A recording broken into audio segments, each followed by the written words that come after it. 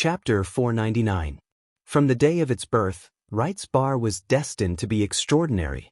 This should be the first bar on Treasure Island founded by a bard, or perhaps the first bar in the entire Sea of Time. In the long history of the Sea of Time, few bards were willing to stay in the same place for a long time. For anyone living in the sea symbolizes freedom, symbolizes inexhaustible inspiration and wealth. Every person in this world with a dream is eager to conquer the sea. In ancient times, Poseidon, the overlord of the 5 seas, Magellan, the overlord of the Central Sea in the Middle Ages, and Gol Roger, the overlord of the East Sea in modern times. Every legendary hero sprinkled their legends in every inch of the sea. Even if they have disappeared, their stories are still remembered by the world. Even now, 10,000 years have passed, Magellan's statue still stands in the legendary garden in the center of Treasure Island. One after another, young pirates chasing their dreams devoutly pray in front of the statue and will set foot on the boundless sea with Magellan's guidance. Freedom is glory. Conquer and forge glory. This is the eternal theme of the Sea of Time. More than other professions, bard is even more unrestrained. Staying in the same place for a long time, when everything around you begins to become familiar, it will be difficult for bard to find a source of inspiration in life. Only through endless exploration and adventure can one constantly obtain inspiration from the sea, and only then can one become stronger and stronger. One must become stronger in order to obtain an immortal soul. This was the case for pirates who practiced hockey, the same was true for mages who practiced magic and witchcraft, and the same was true for bards who practiced music and creation as their soul.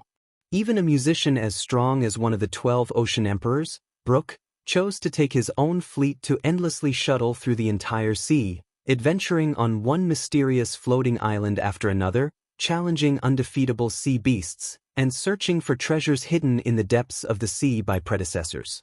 Ordinary strong people pursue immortality, and immortal strong people pursue eternity.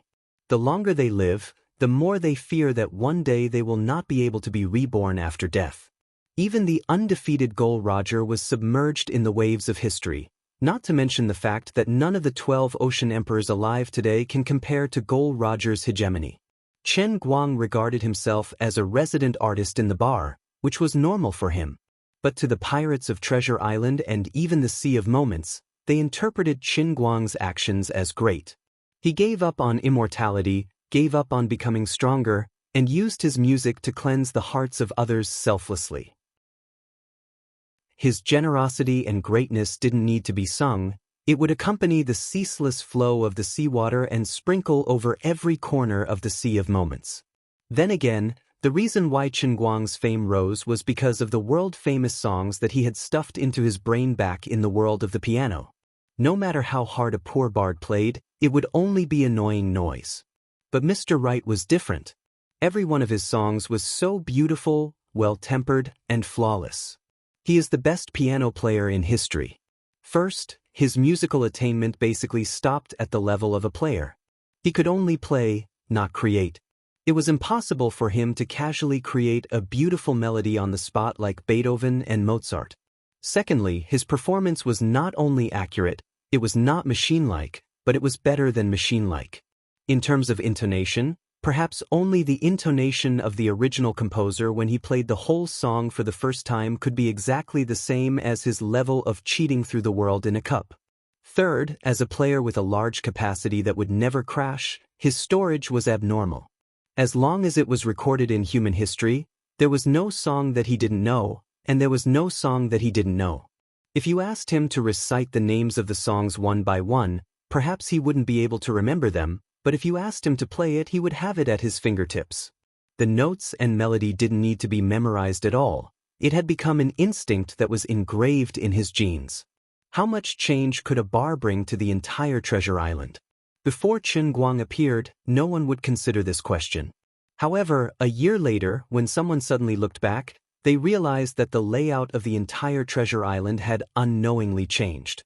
Although Treasure Island was a circulation island famous for trading, most of the pirate forces or representatives of the aristocratic families of Middle-earth who were in power on the island lived in the central area of the floating island. Starting from the wealthy area and the aristocratic area in the center, it was the large trading area, the slum area, the flea market area, and even the dock area for unloading and loading goods. Wright's bar was located at the intersection of the slum area and the flea market area on the west side of the island. In this short period of a year, whether it was the representatives of the aristocrats or the people in charge of the pirate forces, they had unknowingly moved their residences near Wright's bar. In particular, the two small buildings near Wright's bar had been inflated to sky-high prices. One of them was bought by a representative of the top 50 strong forces in the Sea of Moments, and the other was bought by the son of a duke in Middle-earth. It was said that the duke had already set off for Treasure Island and would arrive in 2 years. This meant that Wright's bar had forcibly changed the urban structure of Treasure Island, turning this West City district into a wealthy area. Regarding this change, although Qin Guang was not very willing, it did not affect him too much, so he just let it be. During this year, he did not even take the initiative to recruit anyone, but his Wright's bar grew rapidly and irresistibly. After the first month, his bar was guarded by 3 undying rank powerhouses, including Buldev, and no one tried to make trouble in his bar. Buldev became his first undying rank follower.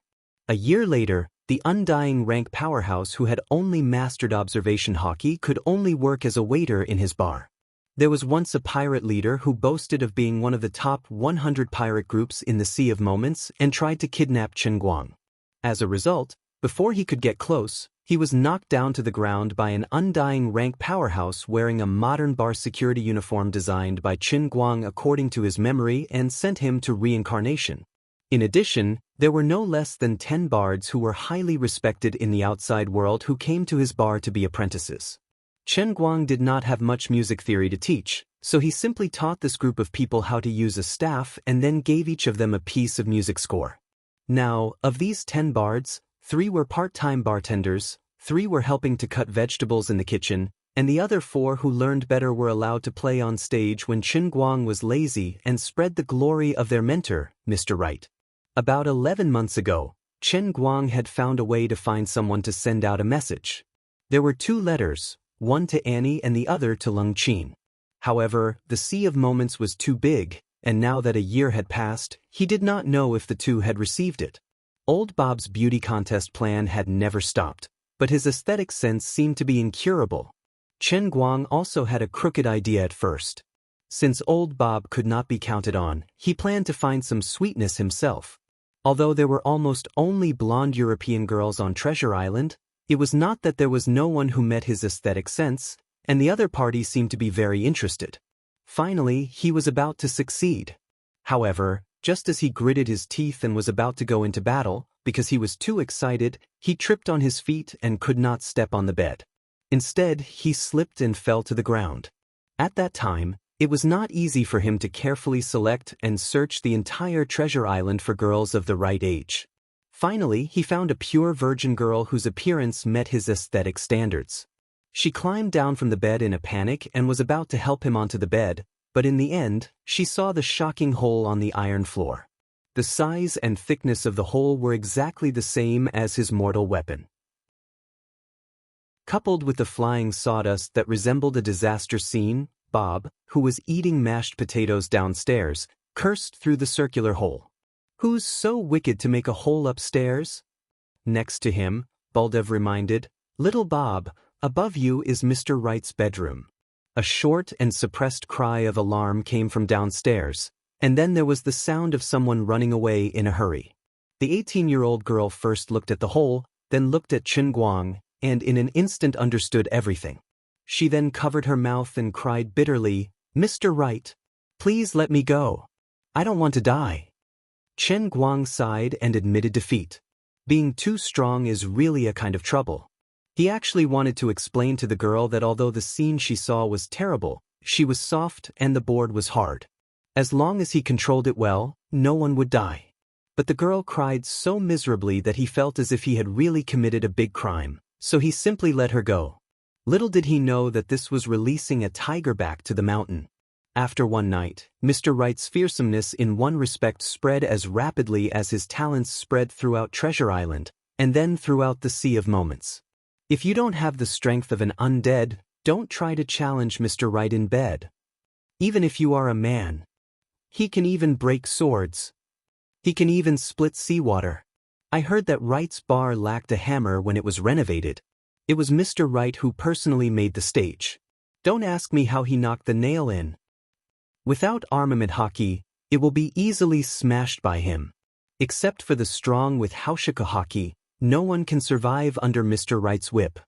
Are you talking about Annie? Don't talk nonsense. People will die. Rumors are so terrible that in the sea of time where all the information is passed on by word of mouth or by letter, Chen Guang didn't even have a chance to hold a press conference to clarify. Later, the girl who was let go even ran back and knelt down to apologize. She said that she didn't add anything to the outside world and just slightly disclosed the matter to her best friend. For this kind of thing, I only told you this, you must not pass it on to others. As a result, the next day it was known to the world. Chen Guang has long been numb. He didn't blame the girl much and he just accepted his bad luck. Although his brother is now famous and he is known as the Light of Treasure Island, after all, he is a good man who is not willing to force others. Yes, this is called not forgetting the original intention. Isn't it just a woman with Haushiko hockey? Annie, come on. So, in such a horse wailing waiting, he has been in the sea of time for a year. Today may be just an ordinary day for others, but for Chen Guang, it is particularly memorable. Because, from today onwards, his second business, Right Divination House, can finally open. He had been busy for an entire year, insisting on performing on stage for 4 hours every day, constantly spreading his fame. With Treasure Island as his foundation, he had dominated the middle sea of transient seas music industry. He had constantly instilled the concept that he was the best, that he was the strongest wandering bard. Finally, a year later, he had collected 6 million faith points. He locked himself in the office, first took a bath, fasted and prayed, then began to work on the light screen. Come on. I want the devil juicer. Come on. I want the divination ball. Looking at the two things in front of him, he was a little confused. Then the question is, why does the devil juice juicer, a specialty of the Sea of Time, look so familiar? It even came with a packaging. There is even an advertising slogan on the packaging. 9 Suns Juicer, fresh every drop. Damn it. Also, the divination ball in my memory isn't like this. It should be a crystal ball the size of a palm. Why is there a monocular in front of me? There is also a packaging. Be careful. Damn it to the quadratic power. Just as he was in a daze, Bob pushed open the door and entered. Mr. Wright. Not good. Brooks' fleet is on the way to Treasure Island and will arrive tomorrow. I heard that he is here to challenge you. He has a lot of opinions about you, often proclaiming that you are the #1 bard of the Sea of Time. Chen Guang slapped the seat and stood up. Damn it to the quadratic power. The bard Wright's boastful words somehow reached the ears of the musician Brook. In fact, Chen Guang already knew that his arrogance was likely to arouse the dissatisfaction of some of his peers, but after personally listening to his music, most of the bards near Treasure Island chose to worship him on the spot. A small number chose to set sail, and most of them chose to stay on Treasure Island and become his fans after being rejected on the spot. Perhaps later on, the super-strong bards standing at the top of the Sea of Time would dare to challenge His Majesty. The musician Brook is one of the best. Mr. Wright, do we need to run? Bob asked. Chen Guang stared. Why should we run? If he wants to challenge me, then come. Do you think I will lose? Bob was shocked. Mr. Wright, can you win? Bob, do you know what I admire most about you? Chen Guang restrained his anger and said with a fake smile. Bob said without hesitation, Sir, you must think that I am smart and can always solve problems for you. Chen Guang shook his head. No. If I met a pig when I first came to Treasure Island, then the current deputy general manager of Wright's Bar would be a pig. Oh, sir, it really hurts me to say that, but I am still your most loyal servant. Old Bob turned around and walked out, carrying a big bag on his back. It turned out that this guy had already packed up his belongings before coming in to inform Brook. Bob, you're back. Chen Guang waved. Leave your bag with me, then go out and prepare to spread the news. Tell others that I, accept Brooks' challenge. Bob made a bitter face. Sir, this is just the clothes I just ordered for you. Chen Guang said, your clothes can emit golden light. Chapter 500. After driving away the idiot Bob, Chen Guang was alone in the room, carefully checking his faith value. He had been running the right bar for a whole year. In the beginning, his faith value skyrocketed. Almost every day after his performance, his faith value would increase by 1,000 to 3,000 points. But now, a whole year had passed. Although there were people coming and going on Treasure Island, and there were people arriving and leaving every day, the growth of his faith value had inevitably stagnated. Just by listening to the pirates who had listened to his performance, others would forget it after hearing it. It was difficult to gain unforgettable recognition and generate new faith value. Therefore, he felt that he now lacked an effective way to spread his music. He only hated himself for not being a technological geek, otherwise he would have developed a phonograph to make records. Unfortunately, he studied environmental protection and was engaged in water pollution control. This world is full of fresh water, and it has a little jasmine tea taste, okay? Otherwise, how cool would it be to be a technological geek in my own world and engage in technological advancement? In the eyes of Bob and others, Brooks' challenge may be a crisis, but in Chen Guang's heart, he didn't think so at all. This was a great opportunity for him. If he could openly defeat Brooke in an open challenge, he would be able to convince the super musicians who had been recognized by the entire Sea of Time. Then, before a new genius appeared, he would undoubtedly become the #1 bard of the Sea of Time in everyone's hearts. Those who had only heard of his name, but had never seen his skills, might be able to send him a little faith value.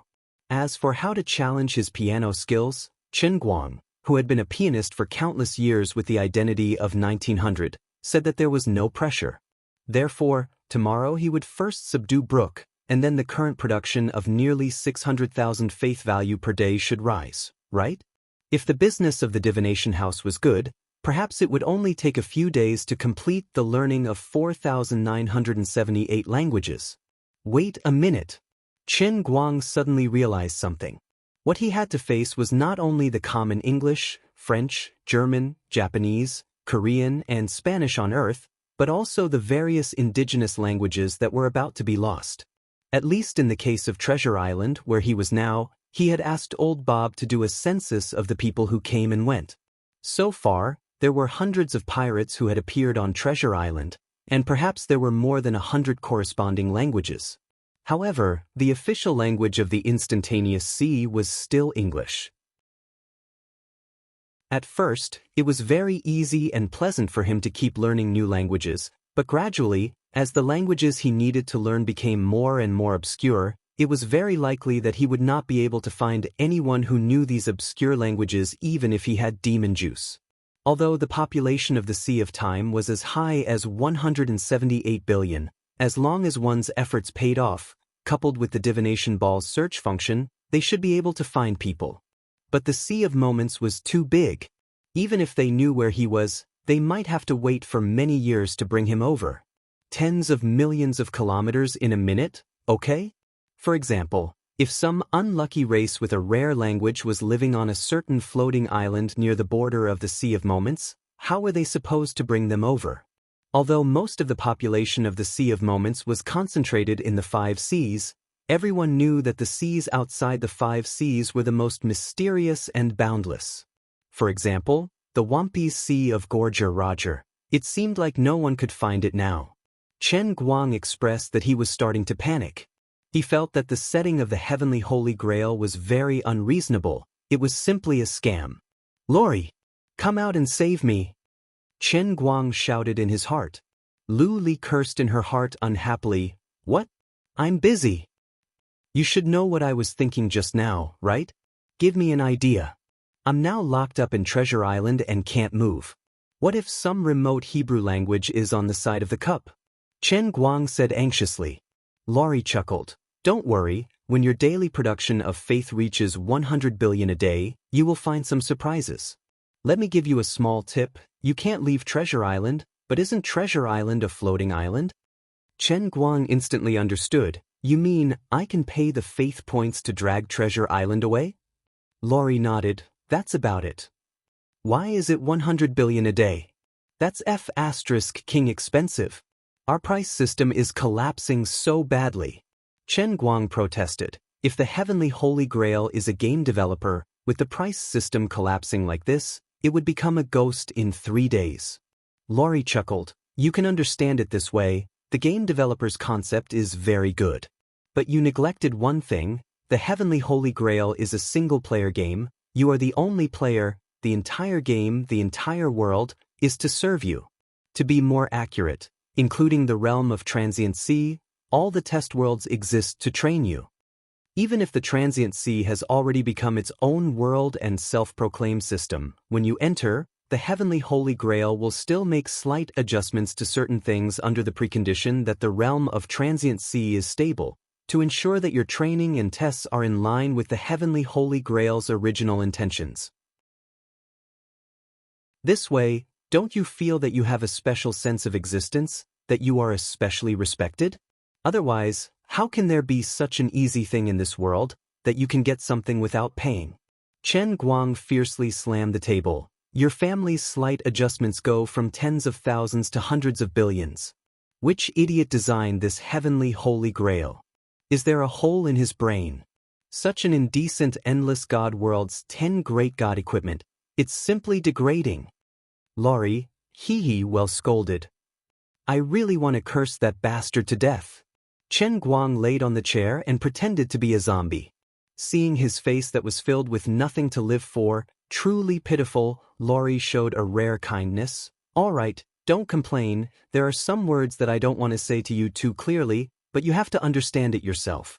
Letting you stay in the transient sea for a long time is something that the Heavenly Holy Grail deduced after precise calculations that it must do. Don't you feel that, as the wielder of a supreme god equipment, as the savior of this empress, your temperament is too weak?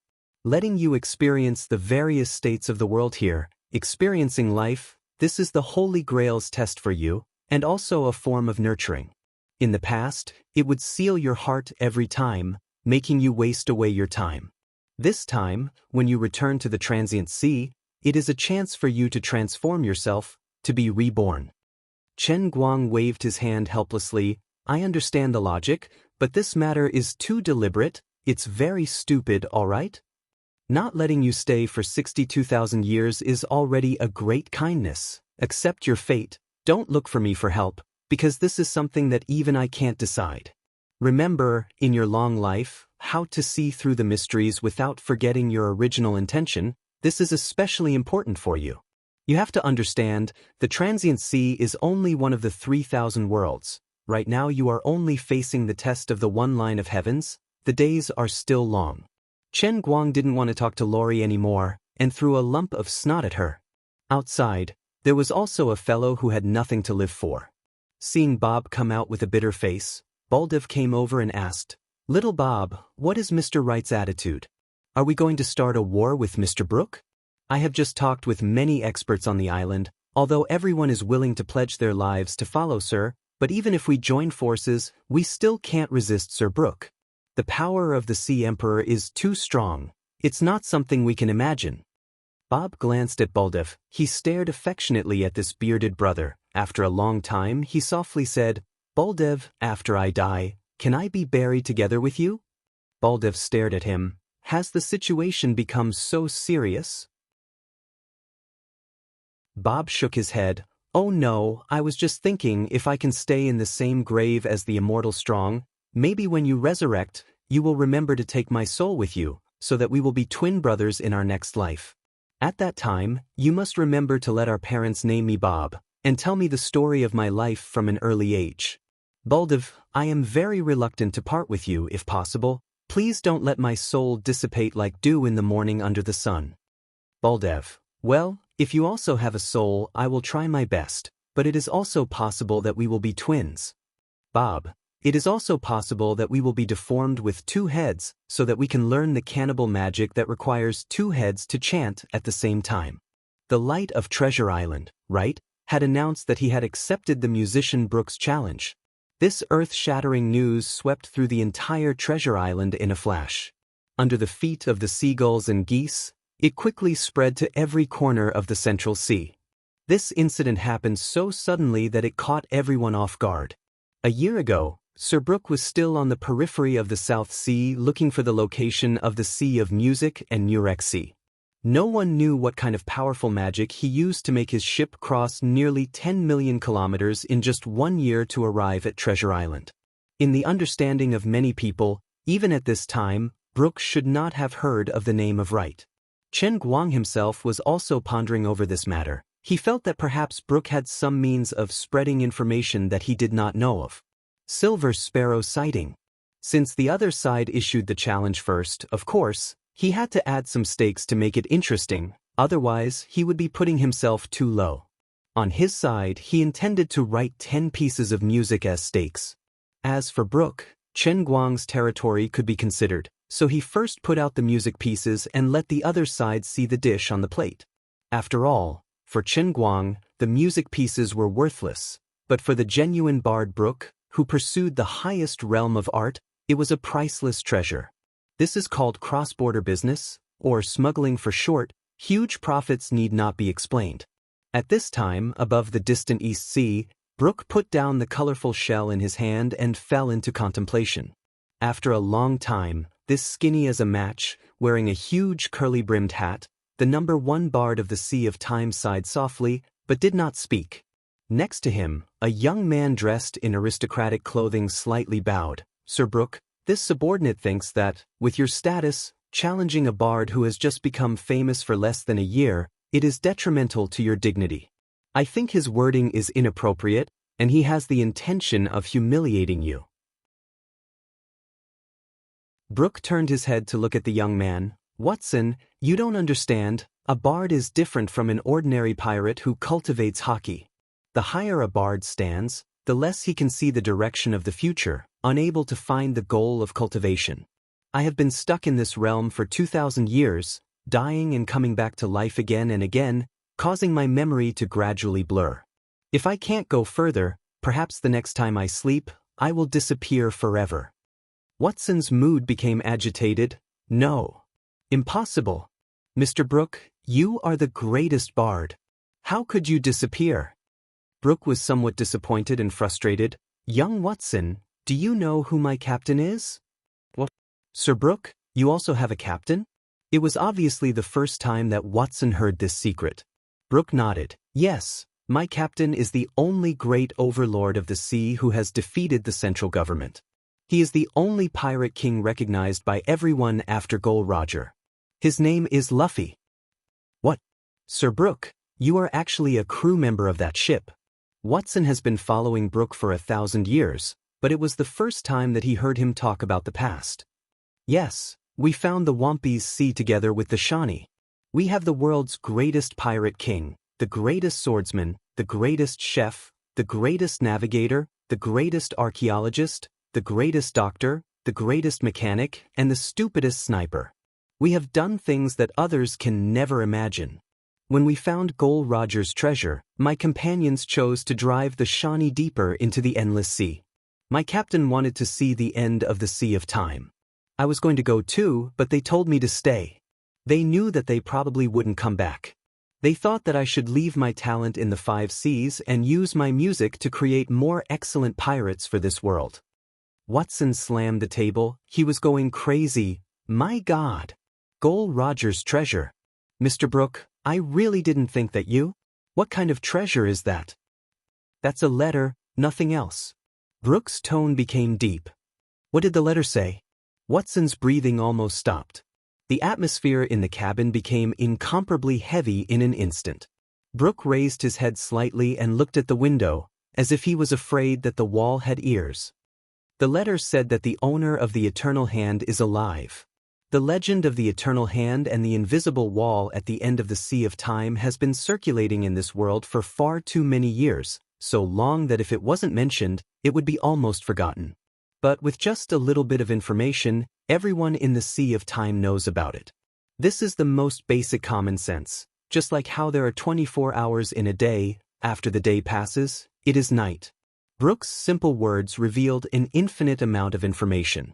Since the owner of the eternal hand is alive, it means that the entire sea of time is simply a cage. The entire world isn't even as big as his hand. We are just playthings in other people's hands. Just by imagining this scene in his mind, he could understand how depressed and painful Gol Roger, who had already stood at the top of the world, was when he discovered this secret. This is the biggest secret of the Sea of Time. In order to find this secret, Gol Roger spent 10,000 years of his life. In hundreds of reincarnations, he traveled through the 5 seas, went through countless difficulties and dangers, went deep into the sea, defeated one sea emperor-level monster after another, explored one mysterious ruin after another, tore open the deep sea with his formidable strength, went down to the bottom of the sea, and communicated with the merfolk on those huge seabed continents that made people despair.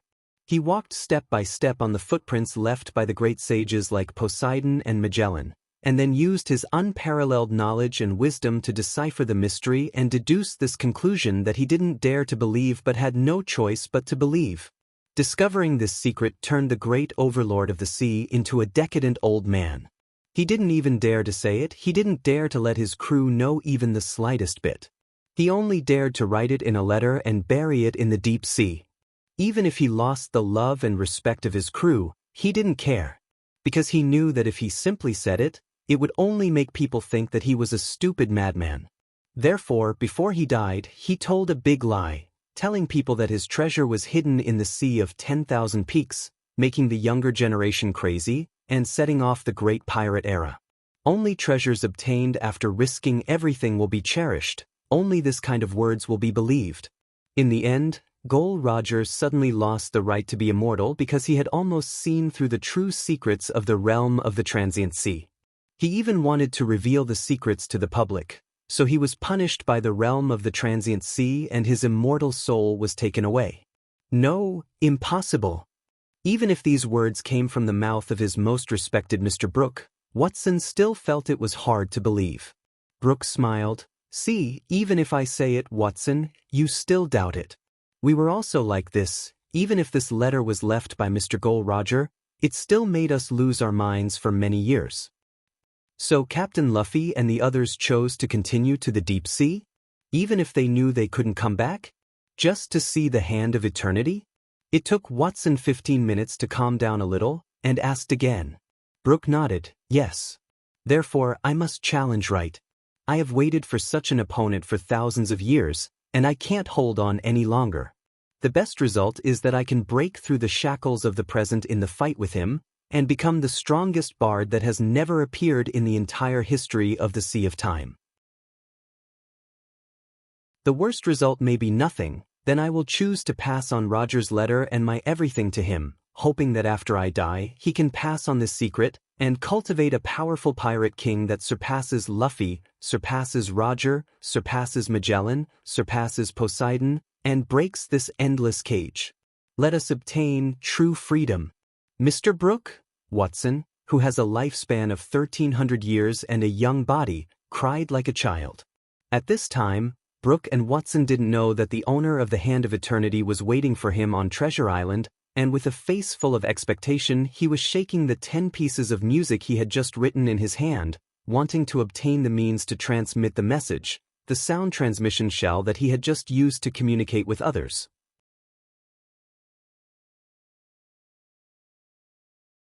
Chapter 501. In the early morning, Treasure Island was filled with coolness, and the white fog shrouded the entire island. Many people had already come out of their rooms in advance and arrived at the Western District, occupying the advantageous terrain early on. There was no scramble for seats. Everyone knew that if one's status and strength did not reach a certain level, one would not have the face to enter Wright's Bar and sit down. A year had passed, and Wright's Bar had already become one of the most famous landmarks on Treasure Island and even in the entire Central Sea region. Being able to walk in, find a corner to sit down, and order a glass of wine that was not expensive was a symbol of status and value. If it were not for the sufficiently spacious street outside the bar, perhaps the poor people would not have the opportunity to listen to the divine music at all. It was said that the bar manager, Janet, had planned to purchase a nearby block and turn the entire large area into a grand theater. She almost succeeded. Most of the houses near the street corner were purchased by her under Mr. Wright's name, but in the end, the theater wasn't built. Instead, most of the buildings were flattened and turned into a medium-sized square that could accommodate 10,000 people. It was said that this was Mr. Wright's intention. At that time, his original words were as follows: "Music and art, regardless of high or low, regardless of high or low, music performed in a cage-like theater has no soul. Only unrestrained music can obtain eternity in the sea breeze." Therefore, on the bustling trading island of Treasure Island, the newly built Wright Square had become the most unique scenery. Every day from 1 to 5 o'clock in the afternoon, the huge square would become completely silent, and only the ethereal and gorgeous music would resound throughout the square. However, even if such a huge square had been expanded, it would still be full of people when Qin Guang played every day without exception. Usually, it was extremely difficult to find a seat in the square, let alone today. People put on their best clothes and went out early. The sun had only risen halfway, but the huge square was already crowded with people. Not only that, but the streets further away were also crowded with people who had nowhere to go. The street vendors were much more diligent than usual, shouting and selling goods and breakfast that had been rushed through the night last night. Even the 4 trading halls on Treasure Island that never closed for business had chosen to close for the day. This was because none of the natives of Treasure Island who worked in the trading hall were willing to work at all. All of them had applied for leave to go to Wright Square. A festive atmosphere filled Treasure Island. In just one night, the resident population of Treasure Island, which was about 600,000 to 700,000, doubled. Everyone who could arrive within one day tried their best to come from all over the Central Sea region. It was rumored that the leaders of the Central Sea, in order to arrive within one day, had even used powerful black magic to arrive within one day. At this time, it was said that they would arrive before noon. In addition to the 3 captains who were originally on Treasure Island, among the top 100 pirate forces in the Sea of Moments, 7 more had rushed over overnight, and the leaders of 8 other forces were on the way. Without exception, in order to rush over as quickly as possible, they had all paid a heavy price, just to witness with their own eyes the contest between Musician Brook, one of the 12 Sea Emperors, and Wright. The competition between bards was actually not uncommon. Unlike the fierce competition between pirates, the competition between bards was mainly focused on performance skills or poetry creation. Basically, no lives would be lost in the competition. On the contrary, they could gain new insights through mutual exchanges and collisions. This was also one of the ways that bards in the transient sea who were close in level to improve themselves. It was just that from the very beginning, when Qin Guang appeared on Treasure Island, he appeared to be too strong, so much so that no matter how envious, jealous, or hateful they were, they dared not challenge him lightly. On the contrary, most of them came to learn from him. Originally, these people did not have any hope of becoming his disciple. After all, there had never been a bard who was generous enough to pass on his skills. Moreover, how could the bard's skills be passed on? Even if they remembered the sequence of all the keys, they could not remember the rhythm between each note. It was not until 10 of them had successfully become Qin Guang's disciples that they saw a musical score for the first time. At that time, Qin Guang also expressed his astonishment. He had a dumbfounded look on his face and was puzzled. The transient sea had tens of thousands of years of history, so why couldn't they even invent a musical score? But later on, he also understood that in a sense, before he came here for the first time, the entire transient sea did not exist. Its previous history was a fictional reality created by the Cup Realm when it created the world. To Qin Guang, the history of the transient sea was fictional, but to the people of the transient sea, it was real. It was actually very simple to explain why they did not have a musical score. It was because Qin Guang did not understand this thing at all. He did not have this concept in his mind at all. He had forgotten about it when the heavenly Holy Grail was creating the world. Sometimes, being carefree was a very happy thing. At this time, no matter how excited the people outside were, Qin Guang himself was sleeping soundly. After making the first cup of devil juice last night, he did not stay idle. He spent the whole night training 2 of his 10 disciples, Xianxia and Xianxia. The scene at that time was like this. Teacher, why can't I wear clothes when I play the piano? You can wear clothes when you play outside, but when you study with me, every inch of your skin must be exposed to the air. This way, every pore of your body is breathing, and you will be able to experience the artistic aura emitted by your teacher's body. Yes, teacher, but why do David and the others wear clothes when studying with you? Because their realm is too low, so they temporarily cannot experience my precious artistic aura. Xianxia, when you play, spread your legs a little wider, use your strength to breathe, use your heart to feel, that's right, that's it. Teacher, your pants are torn. It's okay, I also need to breathe. Teacher, the piano collapsed. It's okay, buy a new one tomorrow. Crack. Teacher, my elbow is broken. This time, something happened. After a moment of chaos, Qin Guang and Xianxia carried the accidentally injured Xianxia back to the room. Qin Guang said, actually, when I was teaching, I accidentally touched her elbow. I really didn't mean it. If he had a choice, he would rather all of his disciples be beauties. Unfortunately, his heart was higher than the sky, and his life was thinner than paper. After so many choices, he could only find these 2 girls. Xianxia's appearance was pure, and she was 70 to 80% similar to the Hollywood star Emma Watson in his memory. Xianxia was more charming, and she looked very much like Scarlett Johansson.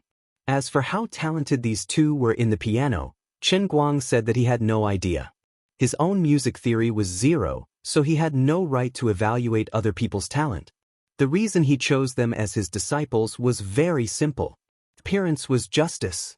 As for the other 8 male disciples, Qin Guang felt that he could not only accept female disciples, otherwise it would be too obvious and damage his image. Therefore, after eliminating more than 90% of the people who came to learn from him, he kept these 8 men. There were 2 reasons for choosing them. First, they were to make up the numbers, and second, they were ugly enough. If the world knew that Mr. Wright's standards for accepting disciples were like this, who knew how many of his fans would have their dreams shattered? Of course, as a modern person with a thick skin, Qin Guang definitely could not let people find out that there was something fishy about him. You are the disciples that I have chosen. 1 in 10,000. If you can inherit even a 10,000th of my talent, you will become the legends of the Sea of Moments. Do you remember? This is the staff. This is the greatest treasure I have left for the Sea of Moments. From today onwards, the bards of the Sea of Moments will completely change their current situation of thinking alone. Instead, they will be able to record their own inspiration using the staff and pass it down. When Qin Guang accepted disciples, he said this to the 10 people below the stage who were looking at him with admiration. I am satisfied with your talent, but you must remember, only those with the most sincere hearts can become the greatest bards. Therefore, I absolutely forbid the love between apprentices. Once discovered, they will be expelled immediately. The 10 people looked at him with even more admiration. If you want to understand the true meaning of art through love, you can only love me.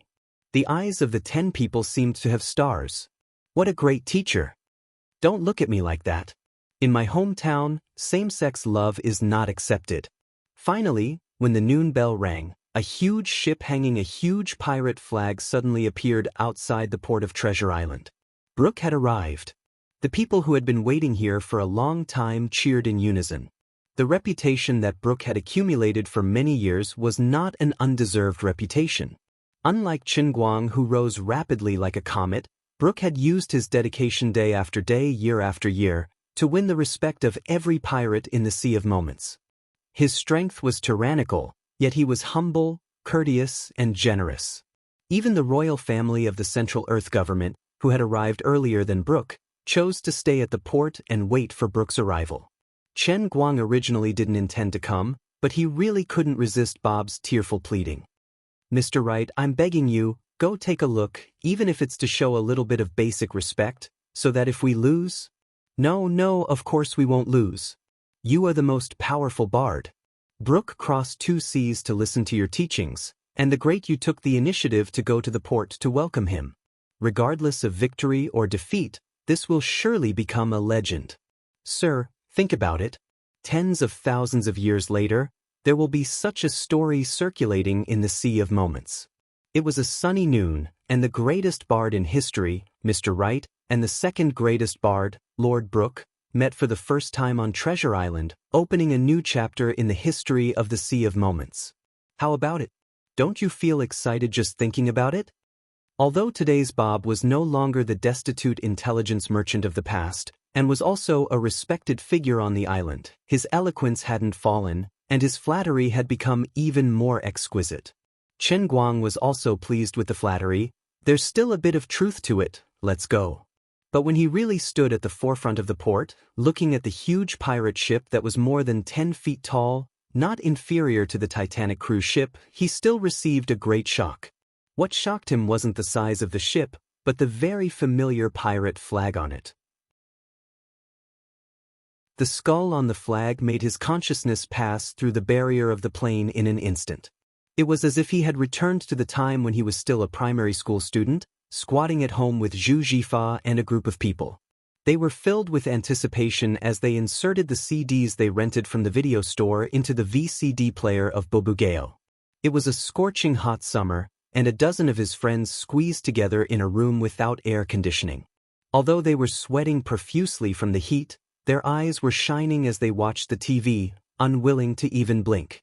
They were touched by Luffy's persistence, shed tears because of Zoro's strength, cupped their hearts because of Chopper's cuteness, laughed at Sanji's curly eyebrows, peeked at Nami's perky breasts like thieves, and almost got into a fight over who had a better figure between Nami and Robin.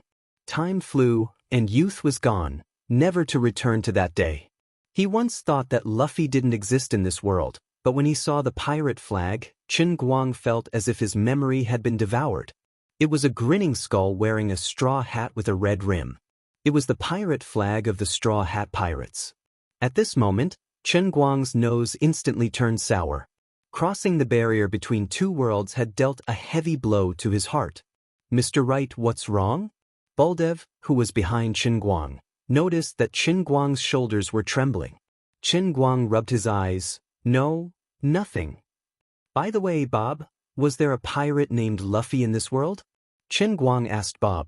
Bob carefully thought for a long time, then said, Sir, you really asked the right person. Only the well-informed Bob can answer your question. Nearly 2,000 years ago, there was indeed such a great pirate group. If they hadn't suddenly disappeared, Captain Luffy might have become the greatest king of the sea after Gol Roger. But the sea is forgetful. Although Luffy was powerful, he disappeared too abruptly and didn't leave any treasures behind. No one sang praises of his glory, so he was gradually forgotten. But the older generation of Neptune all know of him. Can his body grow longer? Is he a rubber man? Did he eat rubber fruits? Even though he knew it was impossible, Chen Guang still couldn't help but ask. Rubber fruits? What's that? Nothing, pretend I didn't ask. Finally, the giant ship stopped completely, and a small boat was put down from the side of the giant ship. It had no sails, but it moved quickly on the sea like a water snake. A hearty laugh came from the boat far away. Aha! I finally meet you, Mr. Wright. A tall but thin figure suddenly appeared in front of Chen Guang. Chen Guang looked up at the man. His eyes were deep, his eyes were almost invisible, his cheekbones were high, and there was almost no flesh. He was so thin that only a bag of skin was left. Skeleton Brook? Where did Luffy go? Chen Guang blurted out. Musician Brook's smiling face froze in an instant, and an invisible momentum emerged from him. The sea behind him shook fiercely, and a pit of hundreds of feet deep and hundreds of feet in diameter suddenly appeared. His Poseidon-class Haushika Haki was out of control.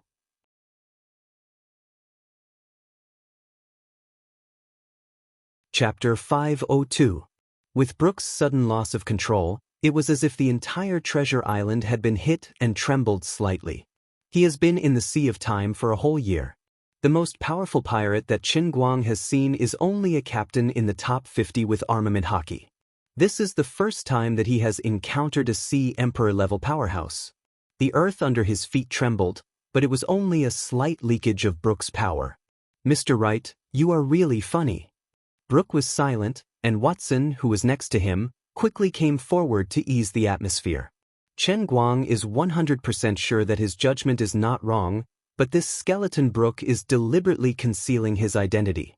Perhaps he has other considerations, so he pretended that he didn't mention anything and put a smile on his face again. "I, Wright, on behalf of Treasure Island, welcome the arrival of musician Mr. Brook." Mr. Wright is really polite. Brook seemed to have recovered, and his skeletal face showed an ugly smile, but it gave people a sense of goodwill. The royal families from the central continent then led their teams to greet Wright Square. After a brief greeting, the group of people, surrounded by the entire Treasure Island people, walked towards Wright Square. Along the way, Brook was quiet and thoughtful, and Chen Guang was no better than him. But when the two arrived at the square and saw the piano placed in the middle of the square, Brook's eyes bloomed. Chen Guang turned around and motioned for Brook to go up first. "Mr. Brook, please." Brook was a little excited. "I remember the last time I came to Treasure Island, it was still a messy slum, but now such a beautiful square has been built. I think this must be the credit of Mr. Wright. Everyone, I just learned that this square is called Wright Square. So I, Brook, propose to build a statue of Mr. Wright in the middle of the square. How about it?" No one thought that before the contest between the two sides had even begun, Brook had already put forward such a proposal. In the sea of time, statues have a very special meaning. So far, only a few people have left statues for people to admire, even including the statue of Gol Rogers suffering on the execution platform. Although Chen Guang was quite accomplished now, no one had mentioned the matter of the statue because no one had enough weight to speak up. But if these words were spoken by Brook, one of the 12 strongest Sea Emperors, then the concept would be different. Brook's action made the two sides pay respect to Chen Guang before the fight even began. Chen Guang himself felt it the most. Following Brook's words, his faith value actually soared by thousands. This proved that at least thousands of people present were influenced by Brook's words and recognized his level in their hearts. He had worked himself to death for 4 hours to be able to influence so many faith points, but Brook only needed to say a few words. Just as he was about to be modest, Bob suddenly jumped out from the side, "Worthy of being Mr. Brook. All my life I, little Bob, have only admired my master, Mr. Wright. Now, at last, I see you, who are as great as Mr. Wright in my heart.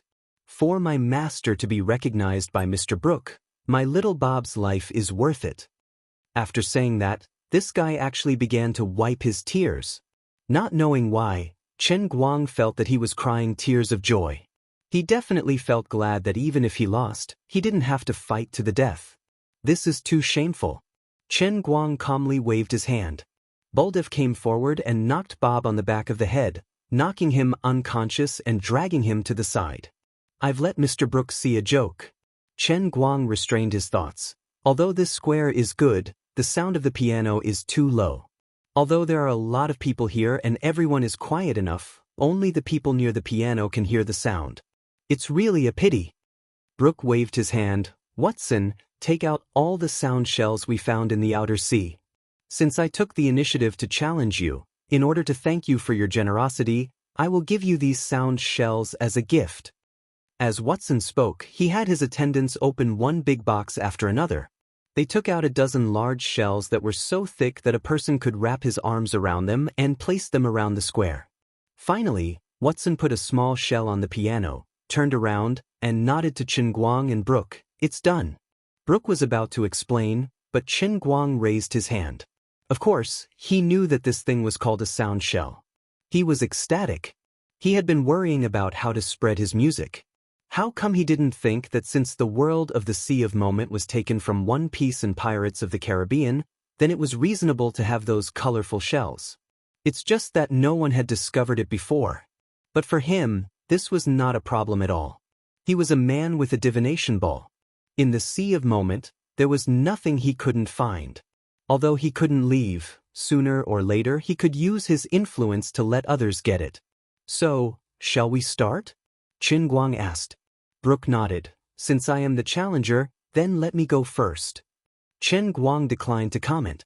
So far, the bards he had met in the Sea of Moment, although they may have some talent, but no one could compare with him. As a player with the entire music library of all the piano artists on Earth, he was too much of a bully. Brook's fingers were slender and slender. This was necessary after all, they were almost skeletons. But his fingers were also very flexible. As he began to play, the sweet music echoed around the square, which was the credit of the sound shells arranged by Watson. These sound shells were collected by the one placed on the piano, and then transmitted to the large sound shells placed in every corner of the square using principles that modern science couldn't explain. It was just like the sound system used in concerts in modern society. When Brook's song ended, many people in the square, after a brief silence, applauded one after another. In addition, among the tens of thousands of people in the square, there was actually someone who comprehended hockey on the spot.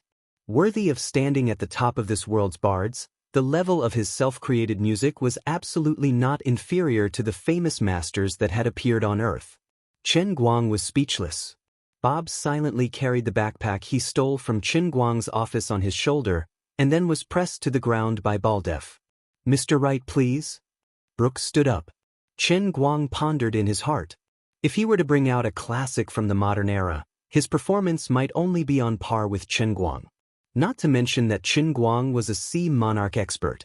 Although Chen Guang didn't deliberately display his aura, it was inevitable that his unique domineering aura would be integrated into his music.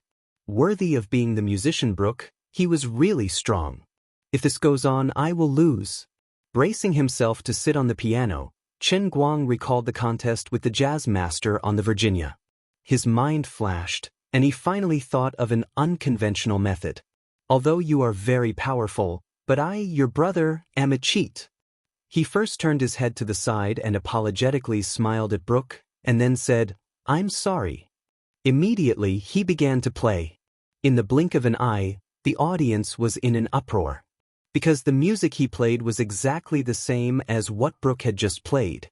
A perfect copy, without any deviation, simply so accurate that it made people feel horrified. The bards of the instantaneous sea, in addition to the 10 songs taught by Chen Guang, all the other songs were their own original compositions. They combined all of their own understanding of art to form a complete song, but they couldn't teach it to others. Now, Brook had just played a song, and Chen Guang completely copied it. This was simply beyond people's understanding. Brook looked at Chen Guang as if he was looking at a monster. When the long song finally ended, he couldn't help but ask, This? Why is this? Chen Guang didn't explain to him, just smiled and stood up, gesturing him to continue, with an unfathomable look on his face. Although there was no music score, as a player, as a cheat who could cheat by relying on his faith, he only needed to pay tens of thousands of faith points to play back the song that Brook had just played in his mind. Then, following the sound in his mind, he played it mechanically, as if he was playing against a music score. Although his performance was only similar, it lacked the soul of hockey bestowed by Brook, and couldn't make people advance to hockey on the spot, but as long as the sound was exactly the same, it was scary enough. Bellucci refused to believe it, and once again played another of his own tunes. Chen Guang did the same. After going back and forth 9 times, Brook finally put down his hands. I lost. Chen Guang wasn't in a hurry to let him admit defeat. He still didn't stand up from the piano, but waved his hand and said, Mr. Brook, I have my own song here. It won't be too late for you to admit defeat after you listen to it. Immediately, Chen Guang picked up the small sound shell in front of him, which was responsible for collecting music, and loudly said, Everyone listen. People below the undead level, immediately leave here. Go to a place where you can't hear the sound. This song will kill all of you. The huge square was in an uproar. On Earth there was such a song. Its name was Black Sunday, also known as Melancholy Sunday. It was composed by a self-taught Hungarian musician, Roland Charles. In terms of artistic achievements, he was not very high, but he left behind this strange piece of music. According to rumors, countless people chose to commit suicide after listening to the original version of this song. Of course, in modern society, many different versions of Black Sunday could be searched on the internet, but almost no one would do anything irrational after listening to such a song. Many people thought that in the early days of the previous world, when information was not developed, some people overinterpreted this song, exaggerated its magic, and just looked for a gimmick to increase the sales of the record. But there was another theory, that the real original version was destroyed as early as 1945 because it was too dark and had a very bad influence. Now that everyone can hear is not the original version, of course, it can't show the true magic of this song. This statement has a certain accuracy. However, in fact, the original vinyl record of this song sold tens of millions of copies around the world, so how could it be completely destroyed? In addition, the so-called music score was in the author's tomb and in a university in the United States, but this is mostly false and can't be confirmed.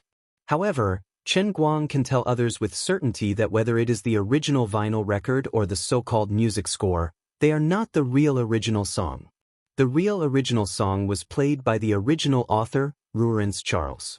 On that desperate Sunday, after he had just broken up with his girlfriend, he had a burst of inspiration.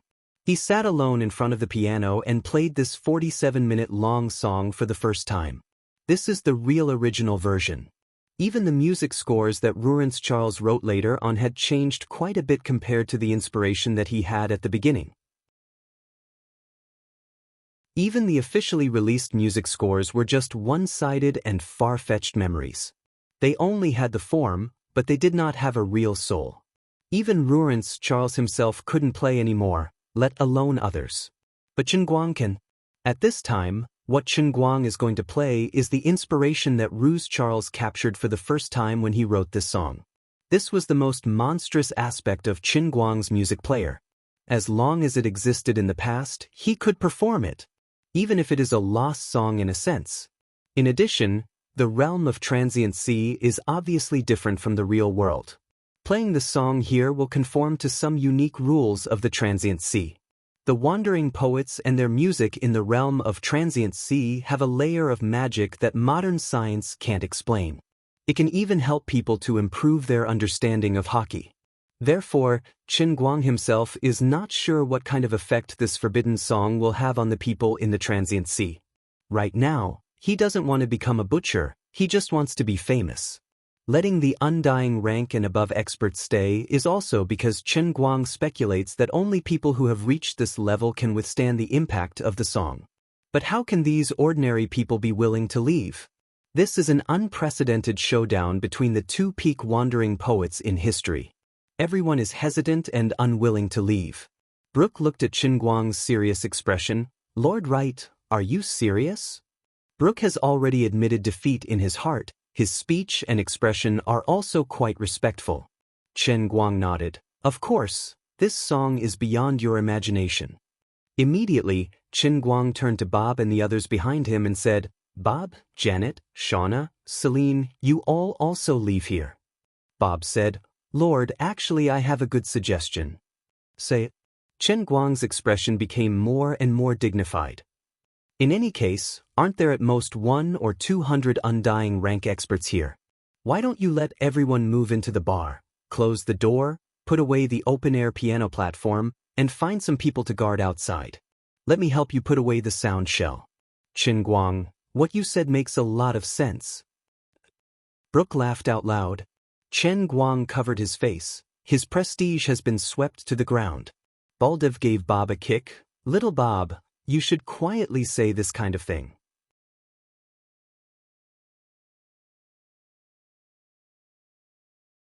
Chapter 503. Because of Chen Guang's order, no matter how reluctant the ordinary people were, they had no choice but to obediently leave. Chen Guang clearly told them that this was not an act, not a joke, and not a boast. Once this piece of music is played, people will really die. By the time he finished all this, an hour had already passed.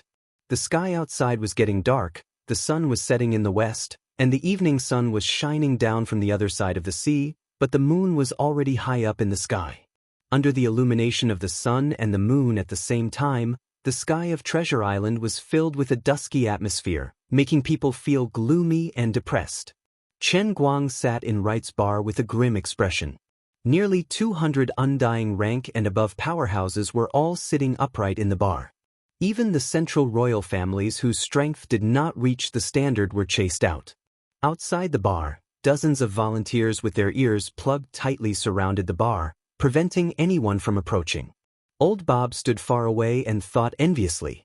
Although he didn't want to admit it, sometimes he also wished that he could be as strong as Baldev. Chen Guang gently drank a mouthful of water and looked around with an extremely grave expression. "Mr. Wright, it's done." Brook, one of the 12 Ocean Emperors, seemed to be subdued by Chen Guang's attitude as if he was facing a formidable enemy. He subconsciously lowered his voice and said so. "Baldev, check again. You must make sure that no one below undying rank can hear the sound of the piano. I really don't know what kind of consequences this will bring." Chen Guang and Brook nodded and instructed again. Brook also ordered Watson to walk around again and check whether the doors and windows were tightly closed. After ensuring that everything was foolproof, Chen Guang took a deep breath, suddenly stood up, and said with some excitement, "Everyone, I believe many of you already know how many songs I have played this year. But I can tell you that the song I am going to play today is different. The emotions contained in this song represent the most despairing moment of a person's life. In the process of my performance, perhaps many unexpected things will happen. You will remember the lowest state of mind in your life, and your mind will be greatly shaken. If you can get through this, I believe that this will be an extremely important turning point in your lives. Of course, I didn't really want anyone to die here. So, if I find someone can't hold on any longer, I will stop playing in time. Then at this time, you have to remember that I stopped because of you. It was you who ruined the opportunity for the 200 people here to listen to the complete song. Then you are a sinner." The more Chen Guang spoke, the more intense his tone became. There was an extremely fanatical look on his face.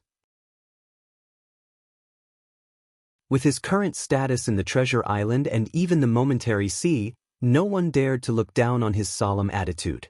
Although Baldev's reputation is not obvious, his strength is close to the Sea Emperor level of armament hockey, and even he is infected by him to the point that he almost stops breathing. Brook, who was sincerely convinced by him, heavily patted his skeletal chest and said, "Lord Wright, with me, Brook here, I will not let this happen. If anything goes wrong, I will throw the person out at the first moment. Everyone, don't blame me for being ruthless. This is also to protect everyone." "Good. Then I'll start." Chen Guang sat down and slowly put his hands on the keys. "Everyone, clean your ears and prepare to listen to the most pessimistic and despairing song in the history of the Momentary Sea." In fact, he didn't need to challenge Black Sunday to be able to defeat Brook in a sense. However, this wasn't the result Chen Guang wanted. What he wanted was to crush Brook in an open and above-board manner. He wanted to make Brook admit his defeat wholeheartedly and take out a song that could make his name resound throughout the entire Momentary Sea from then on. The choice of the original Black Sunday, which is one of the 3 forbidden songs in the history of emotional rendering, is undoubtedly the most appropriate. Even if this is the Momentary Sea because of some special reasons, too deep emotional rendering and touching is a risky and crazy move, which is likely to bring unexpected results. But if you don't lose the child, you can't catch the wolf. Chen Guang thinks it's worth it. Take a gamble and turn a bicycle into a motorcycle. As long as he can do it, he can make Brook completely convinced and let everyone think that he is the most powerful bard in the Momentary Sea. From then on, he won't have to continue to waste time on playing. He just needs to wait for his reputation and sound to spread, and then he can lie down and collect faith value. Then he can devote all his energy to the new business, Wright Divination House. Finally, the first note of Black Sunday was played, and the heavy atmosphere in the bar suddenly became darker and gloomier without any warning. Even the air began to thicken, making it difficult for people to breathe. The oil lamp, which was already very dim, swayed even though there was no wind, flickering on and off. Everyone in the audience was aware of the change in the atmosphere. This song really destroyed their minds. From the beginning, it pulled every one of them into an incomparably depressed state of mind. Brook's strength is tyrannical and his will is even more tenacious. However, he also recalled the reluctance and pain in his heart when he bid farewell to Captain Luffy and the others. He also recalled the despair and desolation he felt after waiting for 1,000 years without any news from his companions. What a despairing symphony it was. It was like a merciless monster, irresistibly and greedily devouring every inch of hope in the depths of one's heart. It could even make the most optimistic person lose all hope in an instant. Fortunately, everyone present is an undying rank expert and above. They have all experienced the trials and tortures between life and death. They all possess a constant and strong soul. Even in the face of such terrible setbacks and torture, they can still barely maintain their original hearts. Their souls were gradually brought into a storm by the music. They either dreamed of parting with their companions, or dreamed of their loved ones being torn apart in front of them, or recalled their most respected captain being torn to pieces in defeat, or like Brook, they became more and more desperate after thousands of years of bitter waiting. But they all persevered. No one would have thought that at this time, the one in the most awkward situation is not others, but the performer Qin Guang himself. F***CKU. I miscalculated. The audience is all undying rank. I'm not one. The old man is just a cute college student. When I learned this song in the piano world, my mind was sealed. I didn't feel anything at that time, but now I'm in a very bad situation. I've been pretending to be pretentious for a long time, and now the pretentious level is about to break through the sky. I was the first to be scared, and all my previous efforts have been wasted. I'm really F***ket up. Playing the piano in the sea of moments is poisonous. Originally, this song made a lot of people commit suicide after listening to it. Now, the emotional rendering seems to have been amplified by 100 times. The old man can't hold on any longer. As the saying goes, no matter how one calculates, one can't predict that the weakest one here is Qin Guang himself. But he has already forced himself into a corner, and there is no way out. After playing for less than 10 minutes, Qin Guang's face was pale and his head was covered in cold sweat. He anxiously looked around, hoping that someone would give up first. You're in so much pain and look so ferocious. Quickly take out your knife and commit suicide. I beg you. Baldef, you idiot. You can't hold on any longer. Qin Guang winked at Baldef. Baldef's mood became more and more excited. Mr. Wright actually values me so much I, Baldef, must not let him down. I must hold on. My hockey is ready to burst out. Today, I will use Mr. Wright's great music to break through Haushiko hockey. I will use my whole life strength to defend Mr. Wright's majesty. Looking at the increasingly bright and fanatical light in Baldef's eyes, Qin Guang burst into tears. What should I do? Who the hell can save me? You little bastards, why are you so hot? At this time, Qin Guang finally deeply understood what Ruri had said, that his mind was not strong enough and his mind could not reach the true standard of a redeemer. At that time, Qin Guang reluctantly listened to it, but deep in his heart, he didn't take it seriously. Today, he finally understood that he had messed up the piece he was playing. Perhaps he was the first person in history who would never be able to surpass him. As time passed, even if his mind was in a state of chaos, the music that was engraved into his instincts still made his fingers dance on the keys subconsciously. The air was thick and heavy, and even the light near the piano was absorbed by an inexplicable force. In Brook's eyes, the place where Qin Guang and the piano were located gradually became a black hole, and looking at it, it only felt dark and misty. Nearly 200 undead rank powerhouses, each of them felt that the hockey in their body was cheering and jumping in this terrible test. They deeply knew that if they survived this, what awaited them would be a white tomorrow. Finally, 47 minutes passed. When the last note came to an end, Qin Guang also stopped. The imposing manner of nearly 200 hockey advanced at the same time suddenly erupted in the bar, forming a resonance. The bar's roof was instantly broken, and the earth shook. The originally pitch-black night sky suddenly shone a bright ray of light from the sky, shining on the bar. 200 undead rank powerhouses stood up at the same time and looked at the place where Chen Guang and the piano were with a face full of worship. Everyone's face and body were shining with a great brilliance that transcended life and death. But Chen Guang and his piano were still in darkness. No matter how bright the light was, it couldn't illuminate his side, which was shrouded in black fog and couldn't even see his fingers. A terrible person like me is still alive in this world. I really let everyone down. These low murmurs and murmurs suddenly came from the black fog. Brooke and Baldef were startled. "Sir Wright." Baldef was the first to rush forward.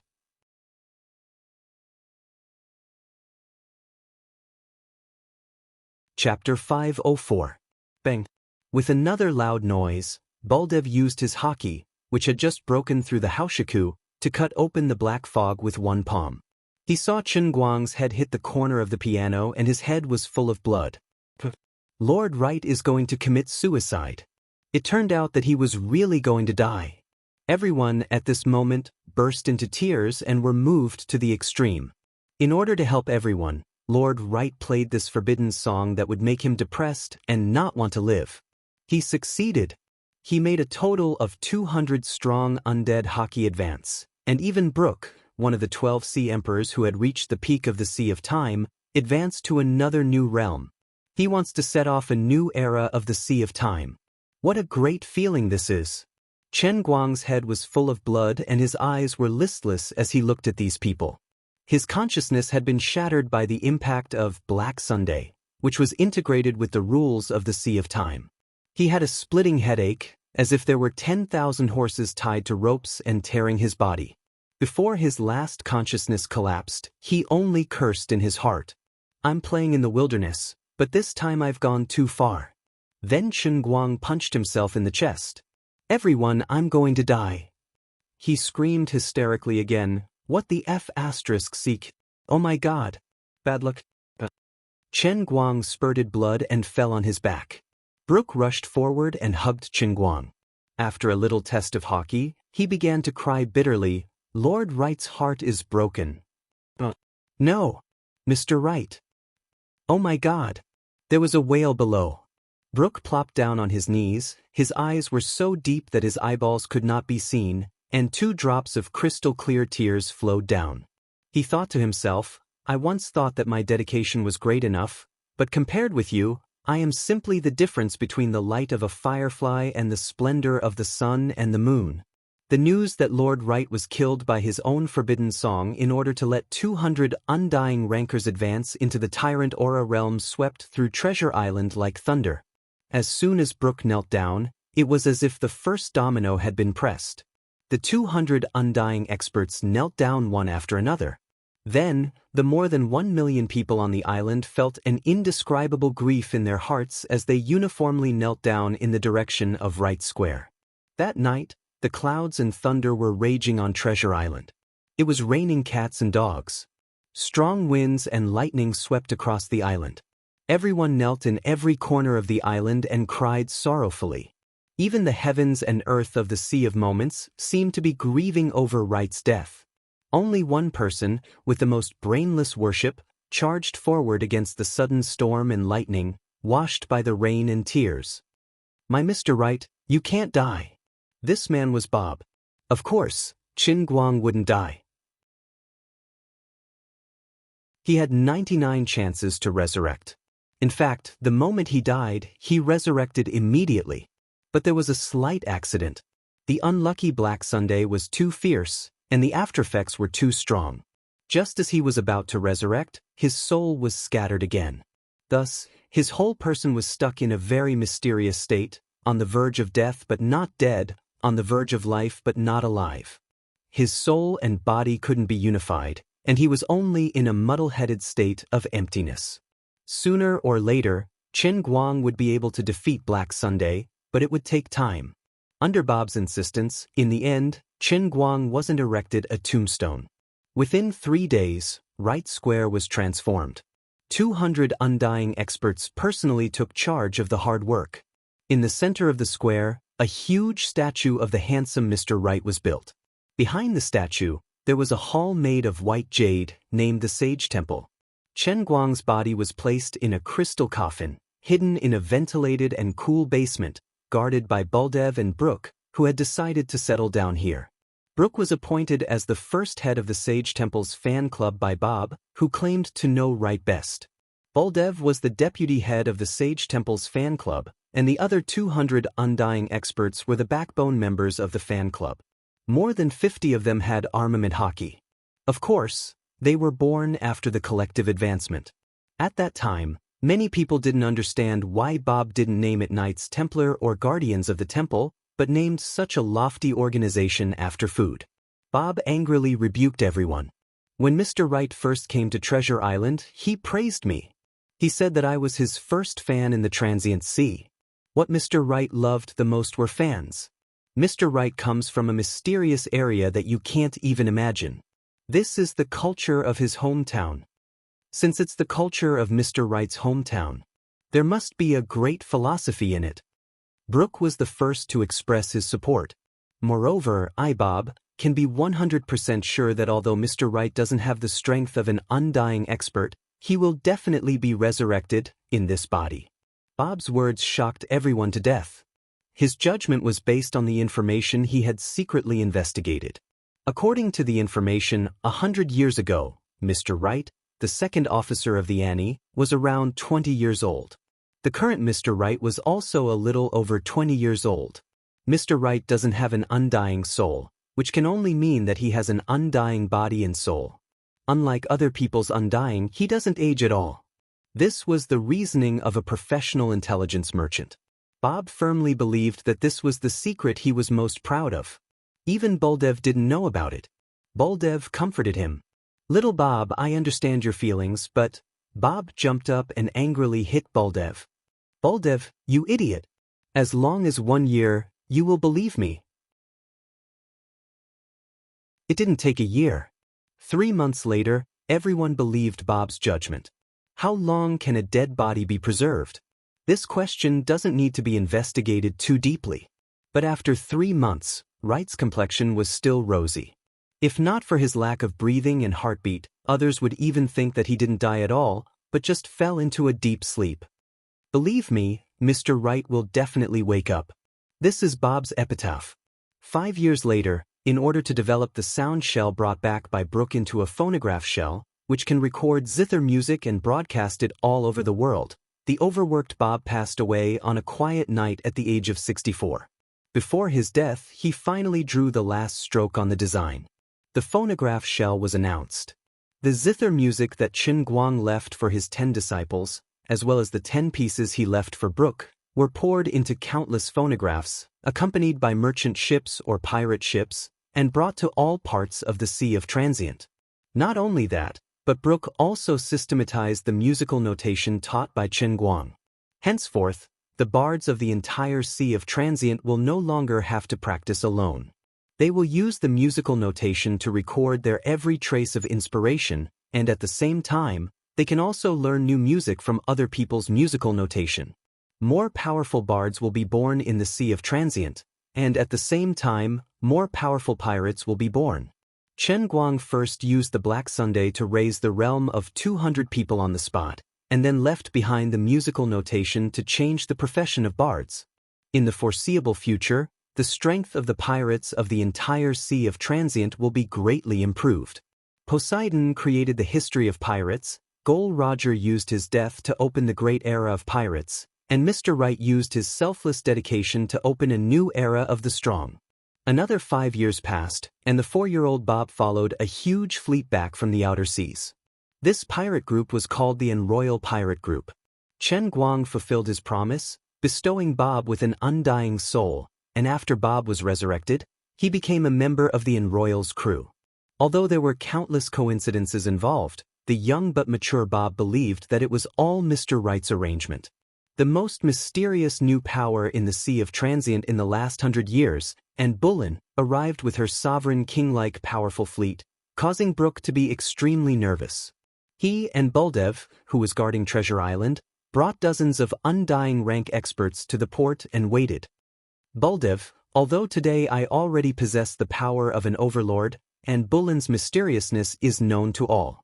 On the Royal, There are at least 300 undying rank experts. Nobody knows what frightening methods they have. Later, when the confrontation starts, you must protect the sage temple and absolutely cannot disturb Lord Wright's rest. Brook shook his crutch and said in a heavy tone. Vicious Wolf Baldev's face was gloomy. Does this female devil and want to become enemies with the entire Sea of Transient? She actually dares to attack Treasure Island. This is simply unforgivable.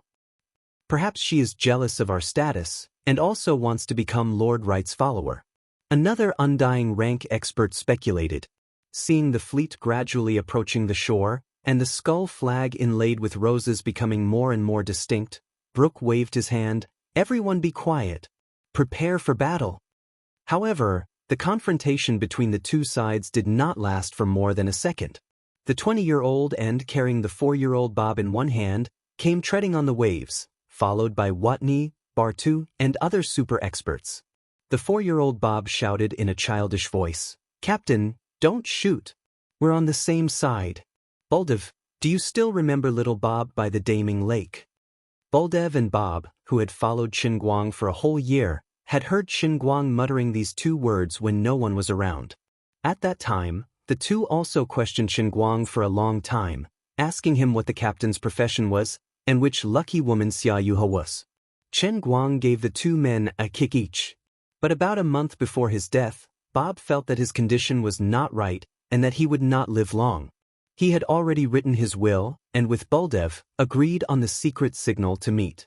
At that time, Baldev ridiculed Bob for not working hard to train, saying that he had no hockey, and that it was impossible for him to obtain the qualification of immortality, but Bob said another famous saying left by Qinguang, "You still have to have a dream, what if it comes true?" Now that the secret signal was correct, the hostility between Brook and Baldev instantly melted. Baldev laughed so hard that he clutched his stomach. "Now you really have become little Bob." And threw little Bob far away, and Baldev caught him and pulled open his clothes. "Come, little Bob, Grandpa will feed you milk." "Get lost." Bob roared at the top of his voice.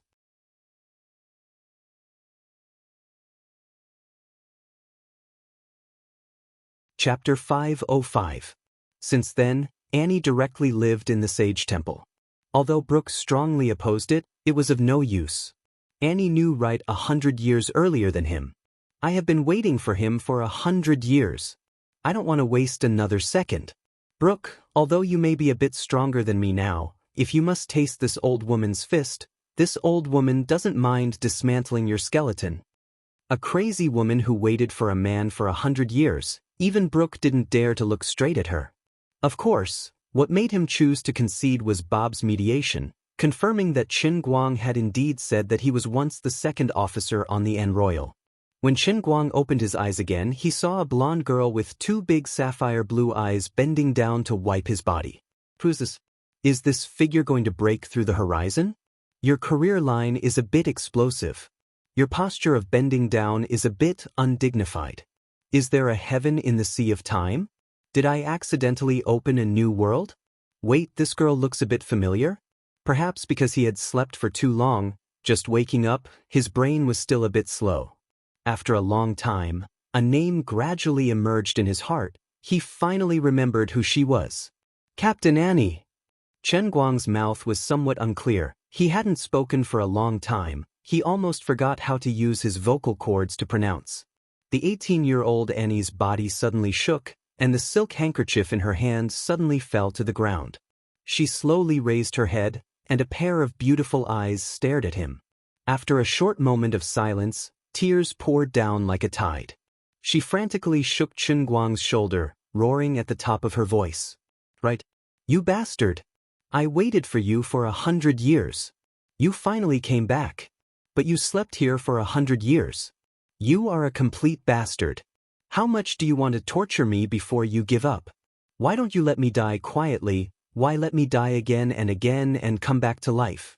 Why let me bear this endless pain of longing? Why did you leave without saying goodbye? Why didn't you confess to me one more time?" I stared at the boundless night on the sea. I watched the flowers wither in the changing of the 4 seasons. I looked for you on the boundless sea while growing old and white-haired. Do you know how desperate I was? I wanted to die peacefully, but because of this damned undying soul, I had no choice but to wake up in my infancy. But from the moment I opened my eyes, even when I was still a baby, your name was always in my head. I finally heard from you.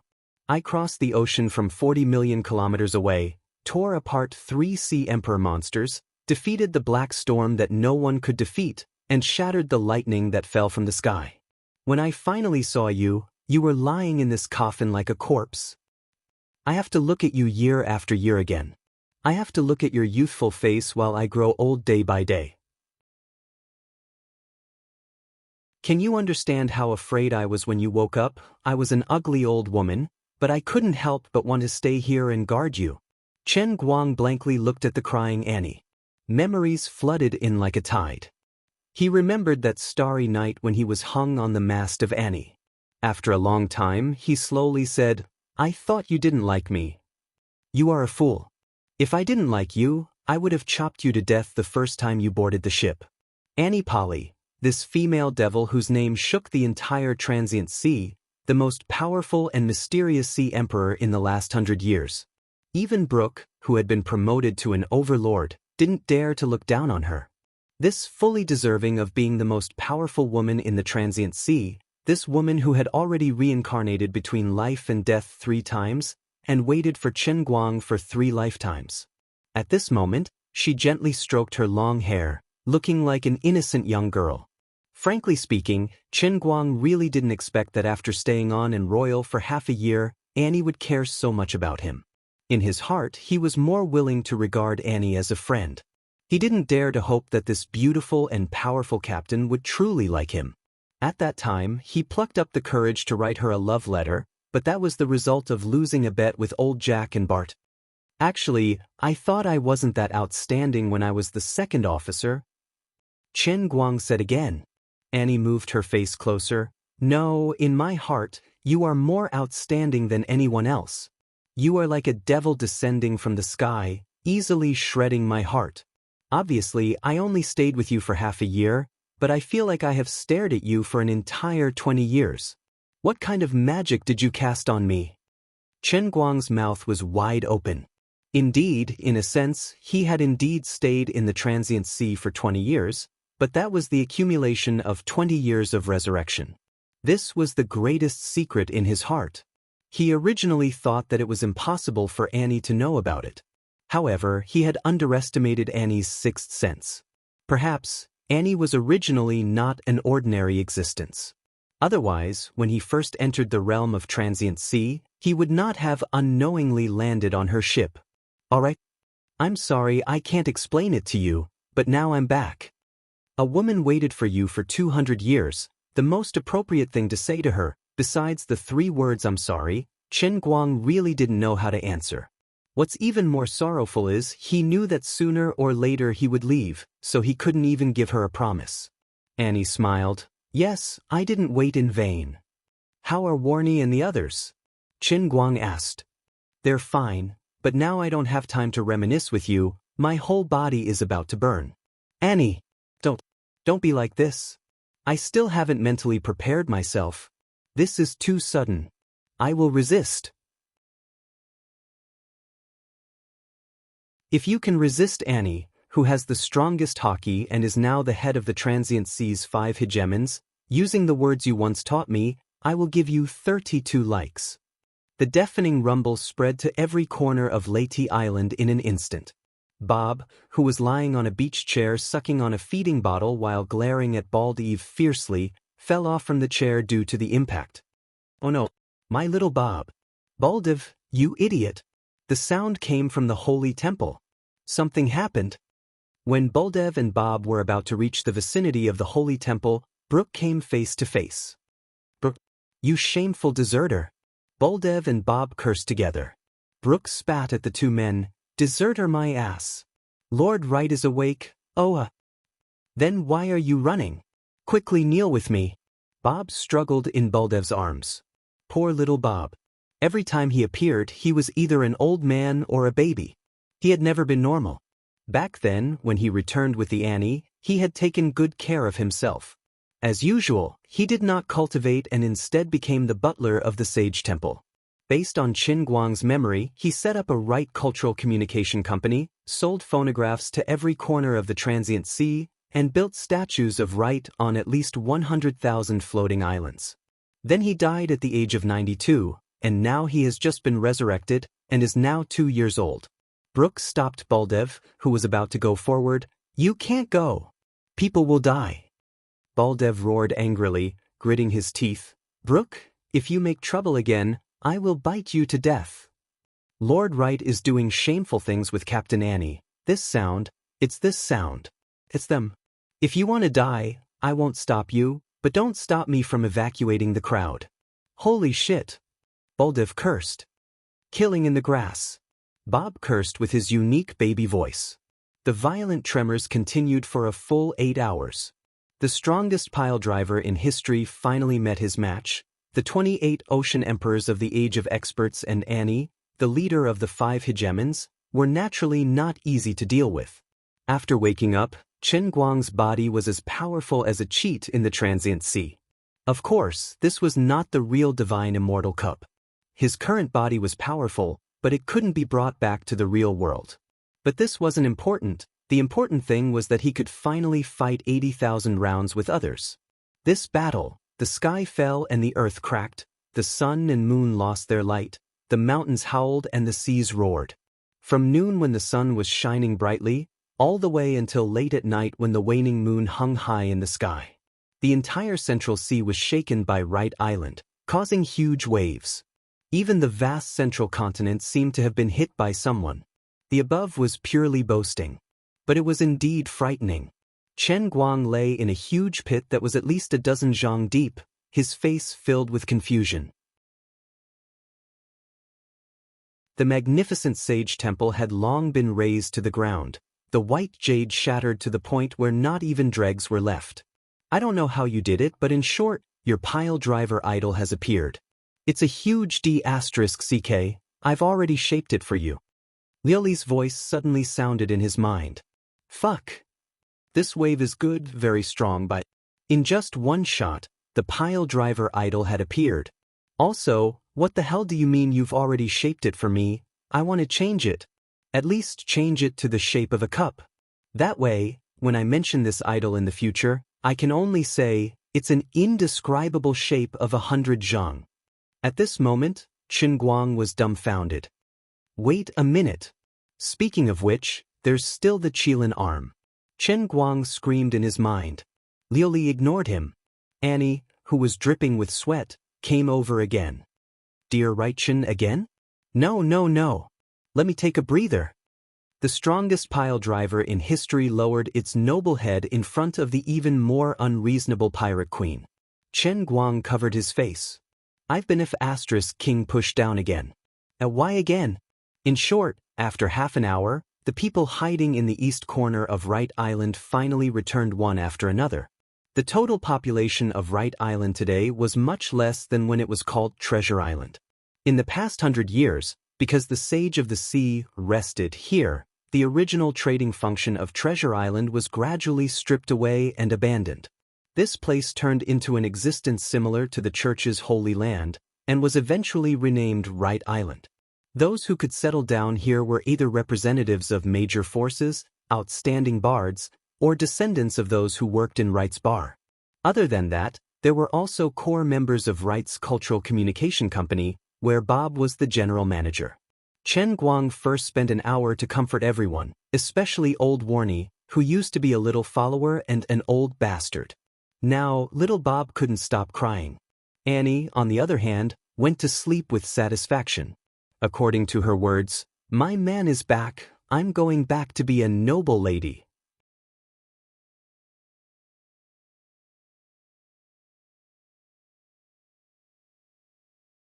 Chapter 506. Following that, the conversation between Qin Guang and the crowd was basically made up of, "Holy shit. It has become Wright Island. Holy shit. Sage Fan Club. Wright Cultural Communication Company. Holy shit, little Bob, you can do it. Of course, I am Lord Wright's most loyal servant. 2-year-old Bob bowed and said in a pious tone. Others didn't feel anything wrong, but for some reason, Chen Guang just didn't know why. Even if his temperament had already withstood the test of Black Sunday, and was definitely not the same as before at this moment, he really wanted to throw a shoehorn at Bob's face. No matter how he looked at it, Bob was asking for a beating. Right, didn't you say that I still have the sage temple and the statue? Where are they? Chen Guang looked left and right, up and down, but couldn't find them. Lord, before noon today your temple is here, and the statue is there. Brooke pointed to 2 different places behind Chen Guang. Chen Guang pushed his hands, acting like he couldn't bear to recall the past. Forget it, it's gone, don't mind those details. Then he grabbed Bob and raised him in front of him. I really have to praise you, Bob. You've done a really good job, you've worked hard. Chen Guang looked at this child's face. He didn't expect this guy to remember what he had accidentally mentioned. In order to develop the phonograph shell, he had worked himself to death. Fortunately, he could be resurrected. What was even more amazing was that he had used 100 years to spread his name and phonograph shell to almost every place in the Sea of Time. Just now, Chen Guang sensed that his current production of faith value was as high as 130 billion a day. This meant that Bob's demonic claws had spread to almost 73% of the population of the Sea of Time. Right now, in Chen Guang's warehouse, there was an outrageous amount of faith value. He couldn't be bothered to count the exact number. After all, according to what Ruri had said, the small surprise that would appear after the daily production reached the level of 100 billion was already there. Just as he had expected, Leyte Island could be moved by paying faith points. Then, the next step would be to first try to understand the relatively easier languages. Then, he would control the 10-kilometer-wide Leyte Island and start an unprecedented tour of the Sea of Moments. Thinking about it, it was quite exciting. What is your ship? The old man's ship is an island. Accumulating faith should have been something that Chen Guang had to put in a lot of effort and work himself to death to achieve. In the end, after sleeping for 100 years, Bob had done it for him. Of course, he had to praise him heavily. Bob burst into tears again. Lord, right. In order to spread your glory, I, old Bob, can bear it no matter how hard and tired I am. It was you, Lord, who changed my life. Lord, you said that you would give me immortality. Now, a lazy and untalented person like me can also have an immortal soul. It is all thanks to you, Lord. This guy kept shoving his tears and snot into Chen Guang's face. He was even scarier than Greasy Bob. Chen Guang hurriedly threw him away. Clicked. Bob landed on the ground and stood up with his hands on his hips. Yes, Lord. Then, he immediately turned to Buldev and raised his eyebrows. Did you see that, Buldev? Although I, Bob, am not talented and can't learn hockey, I am more useful to Lord than you. In the future, you are not allowed to force me to learn hockey. Buldev glared at him fiercely. Little Bob, call me Daddy. Chen Guang watched the two quarreling with interest. He thought that with Buldev's arrogance, with Bob's character, he would definitely jump up and fight him. Unexpectedly, Bob first looked at Chen Guang with an aggrieved expression, then turned to Buldev and said with gritted teeth, Dad. Buldev grinned and hugged Bob, kissing him intimately on the cheek. He then turned to Chen Guang and said, Lord, 2 years ago, my wife gave birth to a chubby boy, Bob. Chen Guang's mouth formed an O shape. He first looked at Bob, whose face was as rotten as a bitter gourd, and then at Buldev, who was full of satisfaction. After a long time, he sighed. It's too tragic. There were 178 billion people in the instantaneous sea. How unlucky would Bob have to be reincarnated into the belly of Buldev's wife? From the perspective of probability, this was much more difficult than buying a lottery ticket and becoming rich overnight.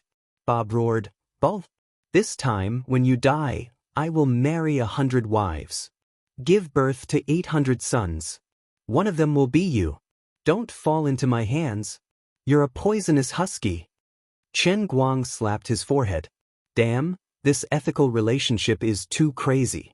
The great sage had awoken from his long slumber. This was a day worthy of celebration. Under Brooke and Bob's efforts, The transmission shell and the phonograph shell had spread throughout the instantaneous sea. Early in the afternoon, the news that Sage Wright had woken up from his dreams spread like a wave through the spiderweb-like communication network of sound transmission shells. In the afternoon, when Guang and Annie were locked in battle, the royal families of the Middle-earth continent, Nok continent, Eastern continent, and many other continents came to a decision. Today was a special day. Every year, the 8th day of the 3rd month would be designated as the Day of the Sage. To commemorate the resurrection of the great Sage Wright, who had single-handedly started the era of the strong. Not only that, another legend that had been circulating in the Middle-earth Sea 100 years ago had also been confirmed. To be able to conquer Sir Wright in bed, only a woman of Ocean Emperor rank and above could do so. As expected of the great sage, everything he did was so powerful. To be able to fight with the terrifying Annie for 8 hours, he was fully deserving of being the overlord of the instantaneous sea. The instantaneous sea was a world of the strong where the weak were prey to the strong. This kind of thing that was very difficult to talk about in the outside world had instead added another layer of glory to Guang in this world. He didn't sleep for the whole night. On one hand, it was to seek refuge. On the other hand, Guang had been guarding the demon juicer the whole night. Looking at the room full of demon juicers, his mouth was about to crack from laughing. Halfway through his laughter, Guang's expression changed and he reminded himself, "I can't be so happy. I'm a respected great sage now. I've also experienced life and death for 100 years. I can't be so frivolous, I have to be steady." No, by the time I thought about it, I had already broken the spell. Damn, I feel like I'm hopeless.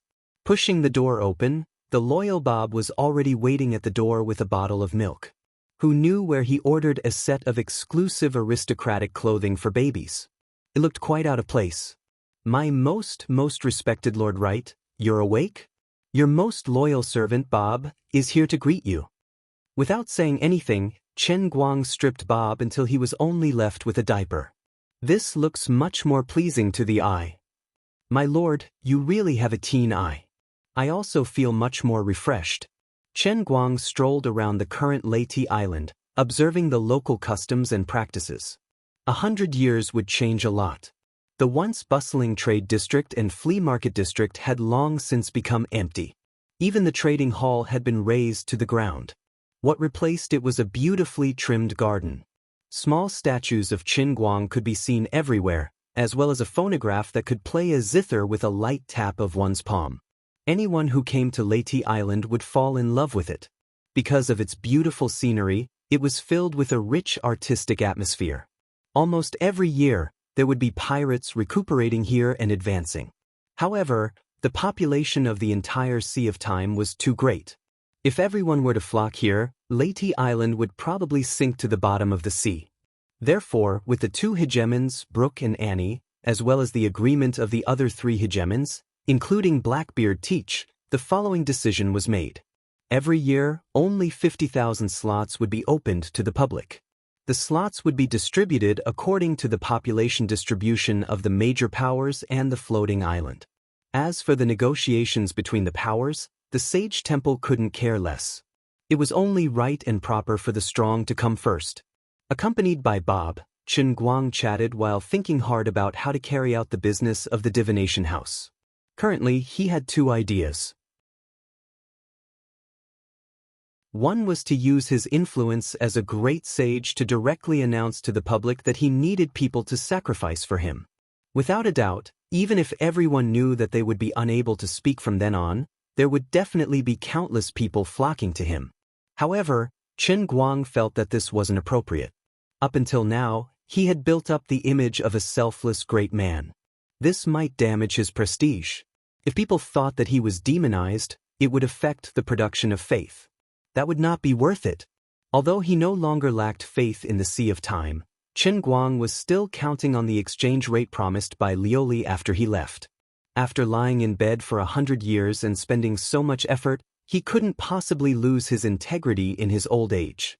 Another way of thinking was to follow his original plan. He would use the model of a businessman to introduce a divination house service. However, there was a new problem. Chen Guang wasn't sure how receptive the people in the Sea of Moments were to this matter. How was he going to speak to them about it? After thinking hard for an entire day, he came up with nothing. By the time he returned to the mansion in the center of the island, the sun had already set. Annie was here again. The residents of Leyte Island spent an unforgettable sleepless night. The entire island maintained a subtle frequency of vibration. From the beginning of the night until the sun rose in the morning, the vibration was more intense and lasting than yesterday. Early in the morning, lying in the pit, Chen Guang hazily looked at the mansion that had been razed to the ground. He then looked at Annie, who was sleeping soundly with her arms around him. His heart was filled with embarrassment. After a long time, a maid timidly came over. "Lord Wright, Lord Brooke wants to see you." Chen Guang let the maid find more maids to clean up the mess, while he shrunk his neck and walked towards the original Wright Square, which was now Brooke's office. Brooke had been living here for 100 years ever since he willingly lost to him. In order to maintain the dignity of Leyte Island, he could be said to have worked hard without complaint. Today, when he shouldn't have been disturbed, he actually sent someone to deliver a message. Obviously, something big had happened. "Lord Wright, something has happened on the island." Brooke squirmed, his skeleton-like fingers crisscrossed. He looked very nervous and it was difficult for him to speak.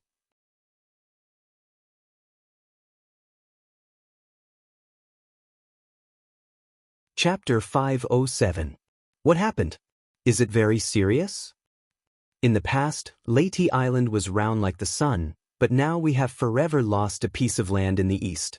Now, Leyte Island looks like a pizza that has been bitten off by Baldev, missing a corner. Chen Guang was furious. "What? There's actually such a thing. Did someone attack us?" Brooke shook his head. "No, no, no. In the entire Sea of Time, no one would try to harm us, and no one would have the guts to do so. This is a very natural collapse. Fortunately, at that time, there was no one in that area.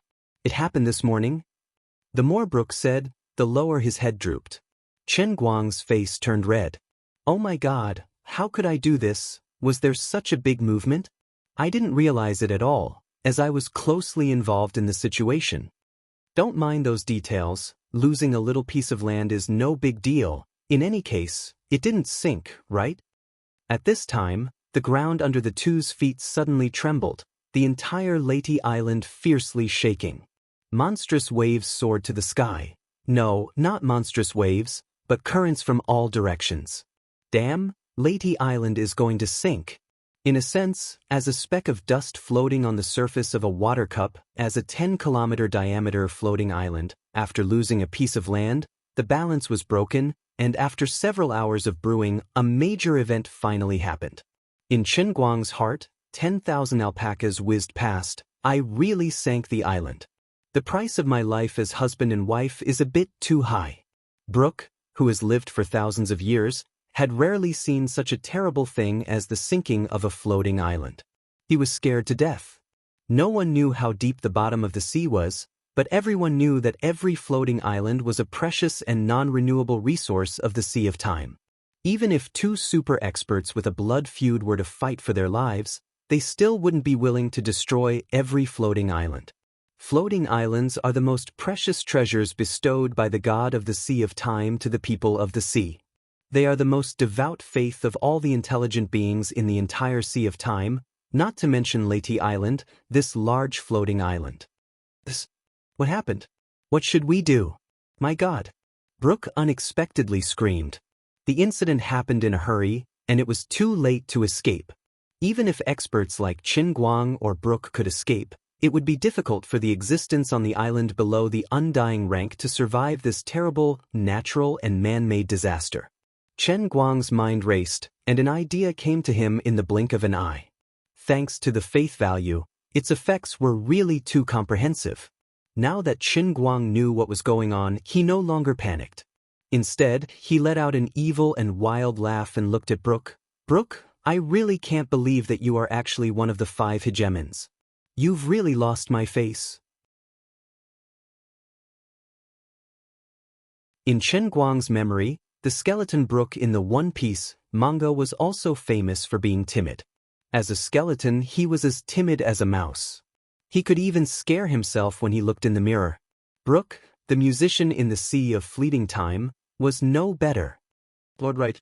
It's not that I'm a coward, it's just that this is too scary. It really gave me the creeps. Although I basically don't have any hair. Brooke still screamed, and then began to yell at the top of his lungs, "Everyone, quickly escape. It's going to sink." Baldev also fiercely pushed open the door and entered. "Lord, I'll protect you."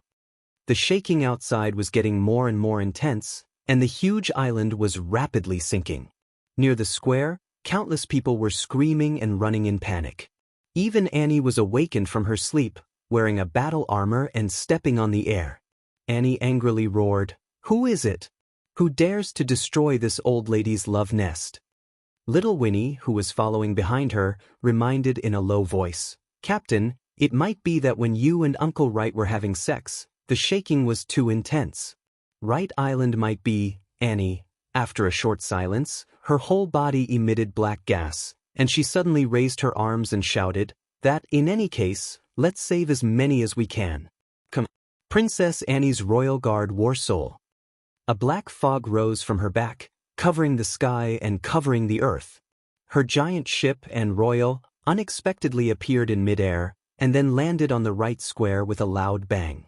This was one of the many powerful black magic that Annie had mastered, which could instantly summon the ship to her side. "Everyone, quickly board the ship." Annie once again landed on the ground, one hand pressed on the ground, and an even denser black gas emitted from her body. The blue veins on her neck swelled, and a tyrannical domineering aura diffused from her body. She roared, "Rise for me." Seeing Annie's action, Brooke finally found his backbone. "I also have domineering aura." "You just remembered it." Bob hugged Baldev and scolded, "Dad, bite him." Brooke and the other strong undead used their domineering aura together, finally slowing down the sinking speed of Wright Island. Although it still couldn't stop it, it bought a lot of time for people to board the ship. At this time, Chen Guang coughed lightly, suddenly stood on the balcony, opened his arms, and said loudly, "Everyone, don't panic, I'm here." Everyone turned their heads to look at him. For a moment, Chen Guang's image became radiant. The way he opened his arms to embrace the air resembled a true saint. "O sky, I am willing to offer my soul, my life, my everything. Grant me the power of the prophet, the ruler of all things in the world, the spirit that controls wind and thunder, the Holy Spirit of the sea.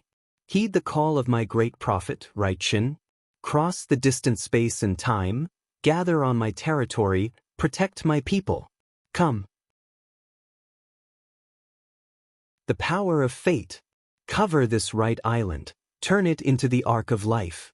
Stirring up all the air in his chest, Chen Guang let out the loudest cry of his life.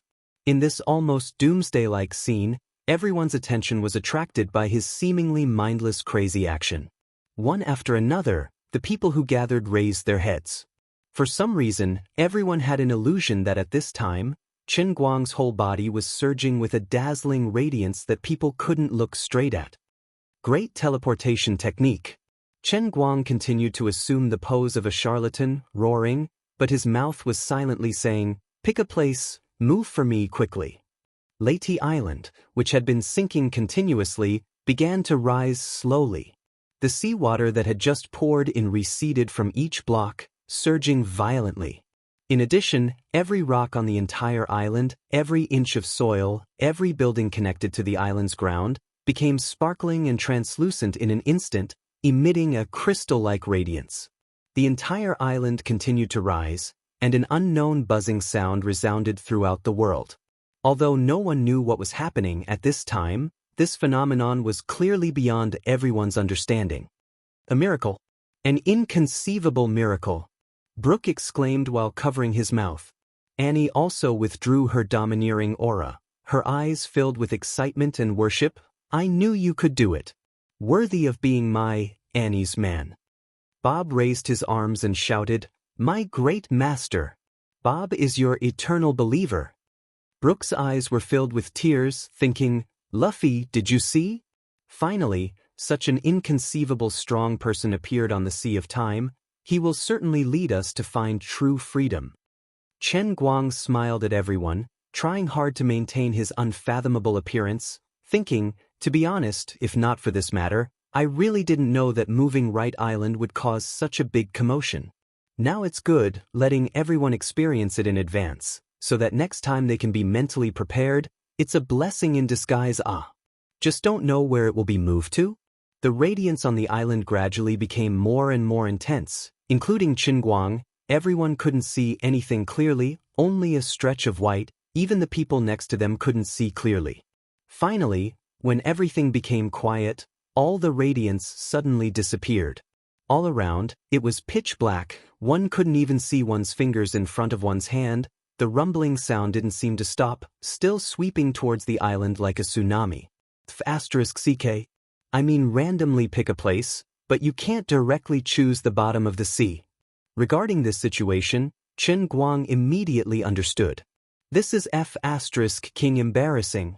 I thought you were floating in the sky, but in the end, you are even more unreasonable. Teleportation is fine, but you directly teleported to the bottom of the sea for me. Hey, 110, come and save me. There's a cup here showing off. The situation is already out of control. Little Yaoling couldn't save him. In the darkness, the turbulent sea swept over like a huge swallowing beast. In the face of the majesty of nature, even Brooke and Annie, who stood at the top of the world, were filled with a feeling of powerlessness to resist. It's over. This time it's completely over. Brooke finally cried bitterly, shouting, Luffy, I'm sorry. I'm going to bring the secret to the bottom of the sea. Dying under such a disaster, it must be the god of the transient sea punishing me. Skeleton Brooke, am not willing. Annie threw herself at Chen Guang, her mind in a state of panic. She, who has always lived in the sea, knows the power of the sea. No one knows how deep the transient sea is. Rumor has it that the bottom of the sea is deeper than the length of the sea. She also doesn't know how many meters below the sea, that terrible water pressure can instantly crush the greatest powerhouse into pieces. She clenched the pendant on her chest, praying in her heart, Father, Grandfather, all my great ancestors passed down the power to me. I must bring my most beloved man back to the surface of the sea. The pendant suddenly released a dazzling radiance. This is the holy radiance. This is Annie's final trump card. Without a trace of hesitation, she is willing to use the magic contained in this pendant to protect Chen Guang. Under the illumination of the last ray of light in the darkness, everyone finally saw Chen Guang's expression. He still maintained a calm smile. Everyone don't panic, I still have a second move. Great Holy Shield.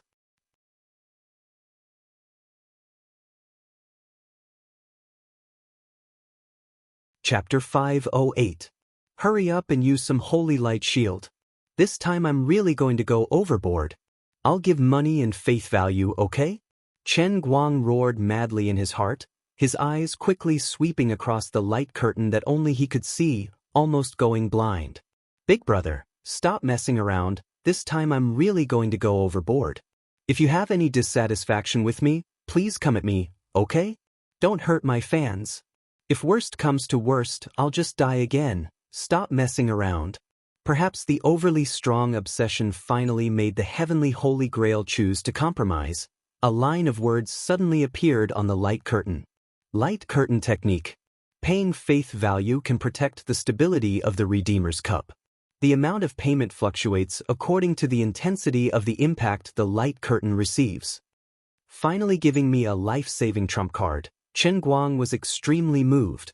For the first time, he felt that the Holy Grail was so reasonable. After a moment, under everyone's gaze, a light curtain slowly rose from the periphery of Leyte Island with a diameter of 10 kilometers. The gorgeous golden white light curtain gathered in the middle at a speed visible to the naked eye, finally forming a perfect dome in midair, exuding a soft light. Before the turbulent seawater could reach the ground of Leyte Island, it was sucked back by this layer of light curtain like a sponge, and finally blocked outside, unable to advance an inch. The position of the light curtain was exactly the invisible wall that was intercepted by Chen Guang when he first arrived at Treasure Island, intending to take the horseshoe to smuggle him in, completely overlapping.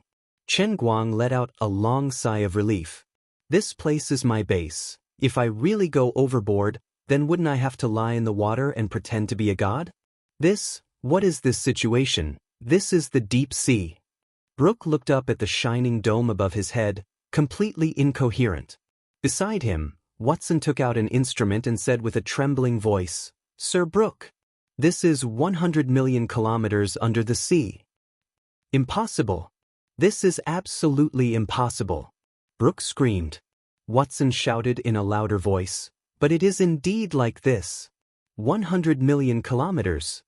Hearing Watson's resolute statement, Bob lay on the ground. "Oh my God. Before this, the deepest record to the bottom of the sea was left by Magellan with his godlike Magellan, but after a short period of silence, everyone turned their heads to look at Chen Guang, who was standing on the balcony, and the look in their eyes was strange. This was definitely not the gaze they had when facing a human. They were treating Chen Guang as a god. This was not a miracle that was shouted out, but the work of a true god. Brooke slowly approached, his hollow eyes projecting a burning light. Lord Wright is a man who is cared for by the sea of time. Everyone was on the verge of kneeling again. Chen Guang's heart ached, but he still had a warm smile on his face. He raised his hand slightly and said, "Everyone, don't be like this. It's just a small matter, not worth mentioning. I only brought you here on a whim. The greatness of the instantaneous sea cannot be understood without experiencing it for yourself. 200 million kilometers under the sea, how majestic, how beautiful. This is simply the most generous gift from the Creator. I will let you see the magnificent scenery of the sea." Wright said, "Let there be light." But he continued to pay the faith value and turned on the searchlight function. Rich, willful, saved for 100 years, how to spend it, how to spend it. Wright Island became the sun under the sea, the strong light from the center of the dome straight into the distance. This beam of light shone on the bottom of the sea, revealing a pitch-black giant that was so huge that it almost made one's mind stop at first glance. It was boundless. Chen Guang thought, this is most likely the legendary undersea continent, the old man's tea foam. The group of people looked into the distance with a heart full of curiosity, and sure enough, they were captivated by the extremely spectacular scene. Brooke forcibly suppressed the excitement in his heart, and finally found an opportunity to approach Chen Guang and whispered, "Lord Wright, I have something to say to you. Mr. Brooke, if you have something to say, just say it. You and I don't need to be so polite." Chen Guang was puzzled by Brooke's solemnity. Brooke looked solemn. "This is a serious matter. Shall we go over there to talk?" Chen Guang pursed his lips, feeling that Brooke was a bit strange, but seeing his pitiful appearance, he decided to take care of his mood. The two went to the corner, while the others rushed to the edge of Wright Island, wanting to get closer, wanting to see the scene of 200 million kilometers under the sea. This was not an opportunity that one could have at any time. "Lord Wright, I was indeed a member of the Straw Hat Pirates." Brooke hesitated a little, as if making a great decision, then said. Chen Guang curled his lips. "I know Luffy, Sauron, Sanji, Nico, Robin, Nami, Chopper, Usopp, Frankie. As for you, Skeleton Brooke, you were the last to join the Straw Hat Pirates." "Oh my God. Lord Wright, are you a prophet? Why do you know everything?" Brooke was greatly frightened. Chen Guang mysteriously smiled. "Yes, I am indeed a prophet. But I was separated from my captains after we found Gold Roger's treasure." "What?" This time, it was Chen Guang's turn to be shocked. The world of Transient Sea was constructed according to his memory of One Piece and Pirates of the Caribbean, but Chen Guang didn't expect that the biggest explosive point of Gold Roger's treasure would be imagined by the heavenly Holy Grail.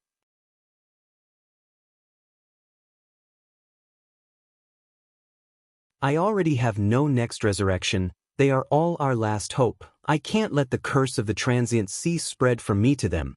Because you are the son of God favored by the sea, I dare to talk to you." Brooke's tone became more and more devout. Chen Guang very much wants to tell him that the old man isn't the son of God, the old man is your God. Regarding your experience, I am very sympathetic, but I am also helpless. Although I can use faith to stir up the wind and rain in the transient sea, I can't make this plane advance a step from the lower plane of the transcendent Holy Grail. But if this matter were to spread out, it would be too sad. At this time, Chen Guang's mind recalled a movie he watched a long time ago, The Wonderful Night at the Museum. In that movie, the toys were endowed with life, turning into one living person or animal after another. But no matter how real they look in the movie, they are in the end toys living on the screen. They are infinitely far away from the real world. When the movie ends, their lives are declared to have come to an end. At this time, the people in the transient sea, relative to Chen Guang and the real world he lives in, are a bit like the characters in The Wonderful Night at the Museum, real, yet illusory. Now, in this illusory world, someone suddenly tells him, "I have discovered this world's secret. I beg you to lead us to rebel against this cruel fate, to overthrow the ruler of the eternal hand." A strong sense of incongruity and powerlessness makes Chen Guang at a loss. He is a little moved by Brook's faith and spirit. In addition, standing in front of him is not only Brook, but also the countless fearless warriors who have fallen in the pursuit of truth and freedom in the transient sea.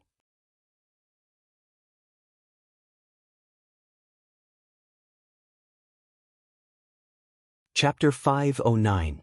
For example, Poseidon, who fought against the sea for his entire life and used his body to defeat Sea Emperor-level monsters, creating the first Sea Emperor-level powerhouse. Magellan, who spent tens of thousands of years traveling to every corner of the 5 seas and 1/3 of the outer sea, drew the first sketch of the eternal hand. He lived alone at the border of the Sea of Moments for tens of thousands of years. Every time he was reborn, he would rush to the corner where he could see the hands of eternity without hesitation. He would observe the hands of eternity subconsciously moving slightly, and he would find the changes in the skin lines of the giant hands. He visited all the continents and compiled the understanding and ideas of all the powerhouses of the past tens of thousands of years into a great masterpiece, and wrote a full stop with the last drop of blood. Roger, who shouldered all the pressure and gathered all the knowledge left by the sages, came to a conclusion and gave up his life for it, and then opened the great age of pirates. Never compromising on the road to pursuing their dreams, giving up the easy life of a hegemon, and following the path of no return of their predecessors, the Straw Hat people bravely walked down. Every one of them was so great that even Chen Guang, the master of the transient sea, felt very insignificant. Chen Guang was almost suffocated by the persistence of this group of dolls. If he had the ability, he certainly hoped to give the entire transient sea a more real life, let them be free, and let the transient sea become the same as the universe where the earth is, become a real plane or universe. But, at least for now, Chen Guang couldn't do it and didn't know what to do. He was helpless. "Brook, I understand your feelings, but right now we really can't do it, and there is nothing I can do." Chen Guang wanted to say some lies to comfort him, to give him some illusory hope, but as soon as the words came out of his mouth, he unconsciously spoke the truth.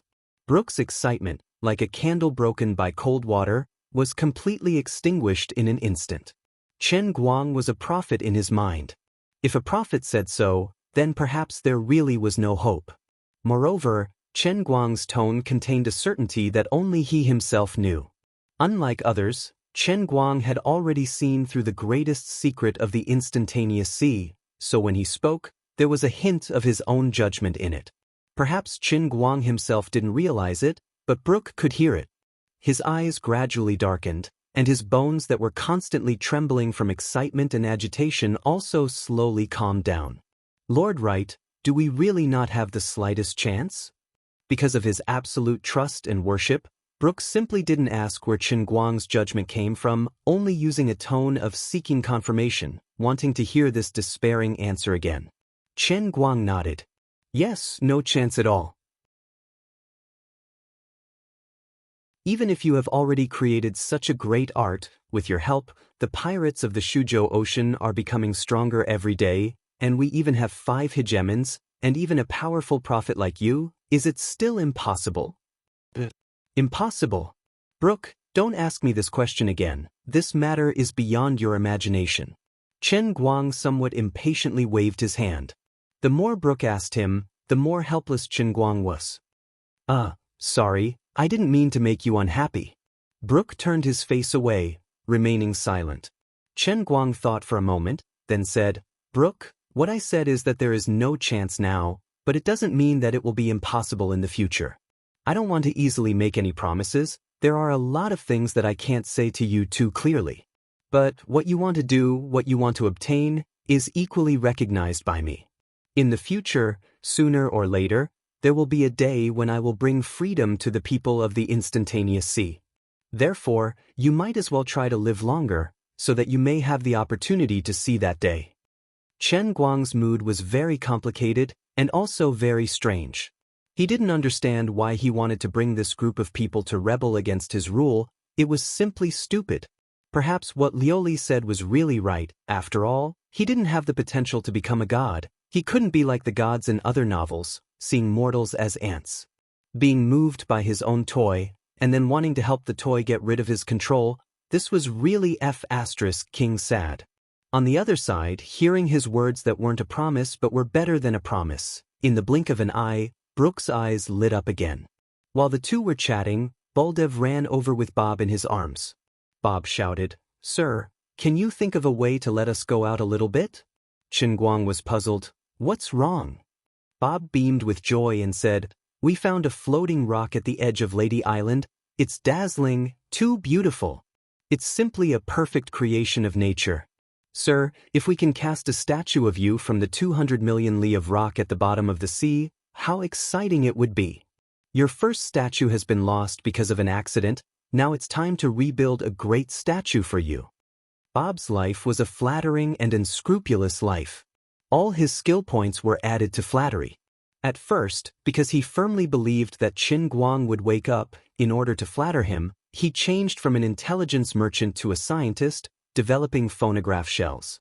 After developing phonograph shells, in order to better flatter, he changed from a scientist to a businessman, founding the Right Culture Communication Company. Now, when everyone found a floating rock together, the minds of others were only marveling at how beautiful the underwater scenery was, but he was the first to react. This could be used to make a tree statue. With this kind of stunt, if it was in the Qing dynasty, he would be a treacherous and capable minister like Hishen. Chen Guang took this opportunity to get rid of Brook. In any case, he had already said this much to him. If he wanted to say anything more, he wouldn't be able to do anything. The group of people came to the edge of the light curtain, and sure enough, they found that not far away, there was a floating rock emitting a sparkling white light, hundreds of feet high, magnificent and magnificent. Chen Guang thought, if this thing was exchanged for jade gambling in the real world, it should be worth at least tens of billions, right? Can't we just throw something out and tie it up and pull it over? Chen Guang asked. Baldev took out his beloved huge sword that he had used for hundreds of years. Sir, this is my personal weapon. It became like this as soon as I stretched it out. Chen Guang looked at Baldev's huge sword, with a foot-long hilt and a 3-inch blade, and was silent for a long time. He felt that it would be easier to move the entire island forward. Greater teleportation. It's falling down. Boom. The group of people struggled for a long time. Brook, who had quite high artistic attainments, personally carved the statue, while Bob, Chen Guang's #1 fan, was responsible for providing artistic advice. Chen Guang felt that he had played enough underwater, so he once again summoned the light curtain, intending to return to the surface. If he hadn't seen it, he wouldn't have known, but when he saw it, he was startled, feeling as if his body had been hollowed out. When he summoned the light curtain, he didn't carefully look at the specific expenses, so he didn't understand the true meaning of the sentence. The payment amount will fluctuate according to the intensity of the impact. Only now did he realize how heavy his losses were. It was too late for regrets. Using the light curtain to resist the terrible water pressure at a depth of 200 million miles would consume trillions of faith points every second. Every second. Trillions. It hadn't even been half an hour, but his wealth was almost depleted. In the blink of an eye, his 100-year foundation would be destroyed in an instant. I'm going to be a fucking pauper. This is definitely a trap. It was a trap from the very beginning.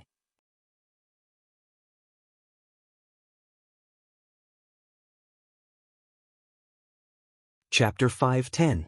Chen Guang clenched his teeth thinking, it must be the heavenly holy grail purposely made me move to Lady Island, purposely tricked me into this water, purposely created such a high cost, just to make me return to before liberation in a second. Don't spout nonsense, it was not the heavenly holy grail. At this moment, Azure's voice rang in his mind. Who is so shameless, despicable, perverted, vulgar, and inhumane? I am going against his 18 generations of ancestors. Azure was silent for a very long time. It was me. Oh my God. Just now I was controlled by a soul from beyond the heavens. Stop pretending. When you come out I will give you a big surprise. I will let you properly raise your temperament in the instantaneous sea. You will sleep for 100 years. If you want to become the true master of the heavenly holy grail just lying down like this, isn't that too easy? Big sister, I was wrong. Please give me one more chance. Please accept my sincere repentance. Hee hee. Oh right, Azure, I have a question. You have also seen the situation in the instantaneous sea. Tell me, can I give all of them true life and souls? Just like my friends in the real world. Azure asked back, how do you know that your friends in the real world are true souls? How do you know that you are truly alive? Don't scare me. I am just joking, don't mind it. Let me tell you, the people in the momentary sea are different from you or your friend Lung Qin who accidentally entered here. Using your Eastern Chinese legends, they are 3 spiritual souls and 7 physical souls. They are missing 1 and 2 physical souls. Their souls are incomplete. So their so-called strength has no foundation. Like bubbles under the sun, they will never be able to break through the shackles of the instantaneous sea, unless what? Unless you, the owner of the transcending heaven holy grail, are willing to pay a certain price to raise the level of the realm of the transient sea to the same level as the real universe you are currently in. Then this entire world will be completed, and they will possess your so-called true life. Of course I am willing. That's not up to you. You're as weak as a chicken now. Wait until the day you complete all the trials of the world in the cup and save me, then you can think about it. Ignorant mortal, you don't know how difficult it is to create a real world. After Lu Li said this, there was no more movement. Chen Guang spread out his hands with an innocent look on his face. To put it bluntly, you're saying that I'm a noob? Do you have the ability to find another savior? When he returned to the surface of the sea, the missing corner of Leyte Island had disappeared forever on the way to the bottom of the sea.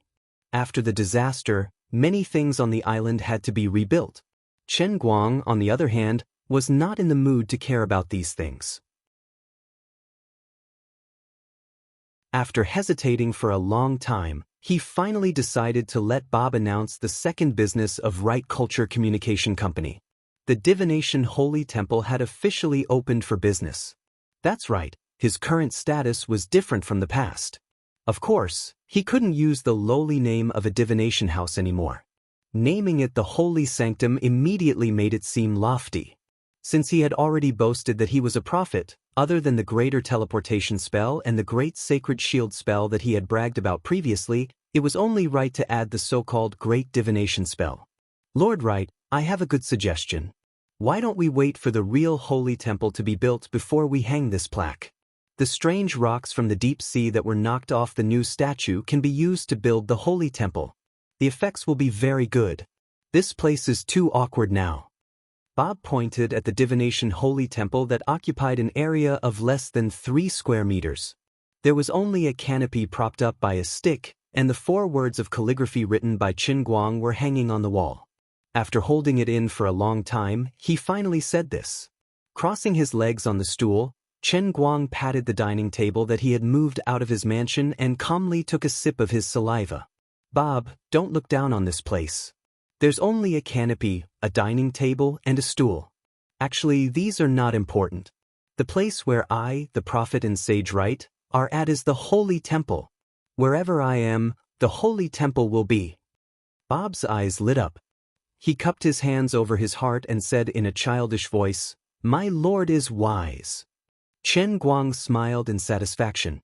Bob pointed to the side and asked, "Then, my lord, should I get someone to build a toilet holy temple at the side?" Chen Guang gave him a thumbs up. This fellow's perceptivity was really high.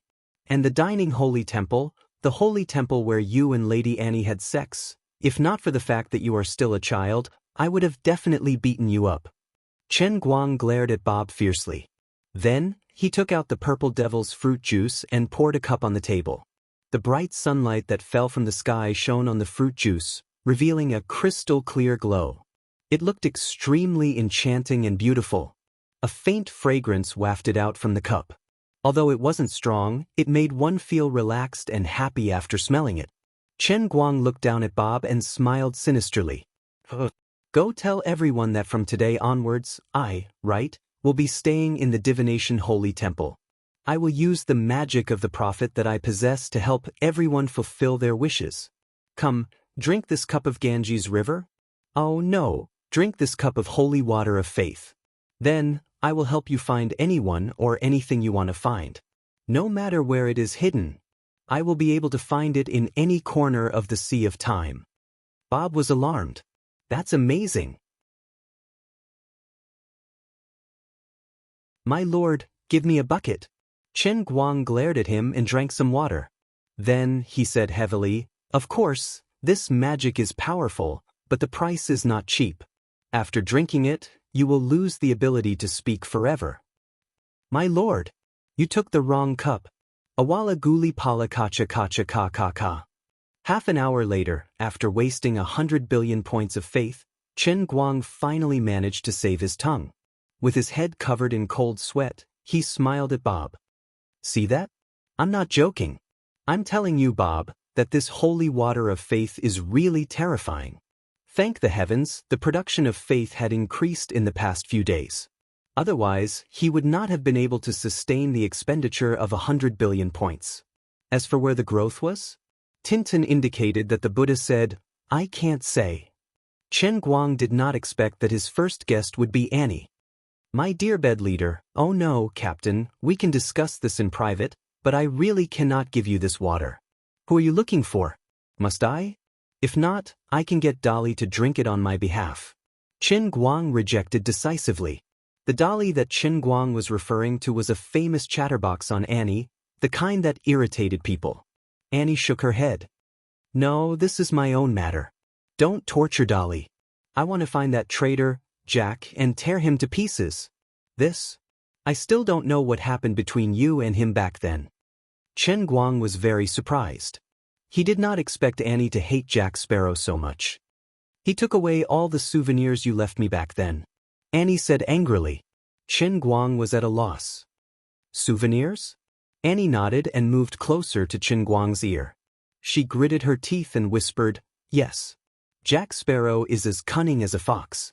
He knows that the biggest secret that allowed us to not die on in Royal is related to you. So, he took away all the clothes you have ever worn, your saber, everything you have. Including your underwear. When he escaped, he jumped into the sea wearing all your clothes. I seriously suspect that all 7 of your underwear were worn by him." Chen Guang was furious. This is indeed unforgivable.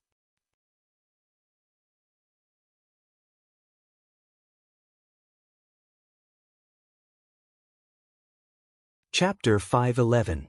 After spending a lot of effort, Chen Guang was finally able to temporarily settle Annie down.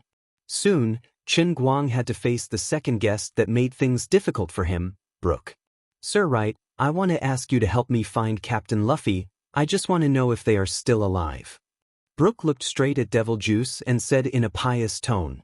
Chen Guang was reluctant to let him drink this thing. Brooke was one of his right-hand men. But this request seemed impossible to refuse. "Brooke, besides the common language, do you know any other language?" Chen Guang asked. The common language he spoke was medieval English. Brooke shook his head. "Oh." Chen Guang grinned and asked Bob to bring over the newly made leaflet. "Sorry, divination must use the most solid belief in your heart to find what you want to see the most. The function of this cup of holy water is to extract the obsession in your heart and pour it into the divination. The price is to take away your ability to use language. But because of me, I mistakenly drank a cup just now. Now it no longer needs the common language, so it is useless for you to drink it. Chen Guang made up nonsense in any case, only he himself understood, so he could say whatever he wanted. He also had no choice. He couldn't let others know that this was all nonsense just because Brooke and the others wanted to participate in divination. He didn't need to drink the juice to find what he wanted to find. There is no wall in the world that doesn't have a crack. Chen Guang must make himself maintain a certain sense of mystery in the sea of transient. So far, his performance was different enough.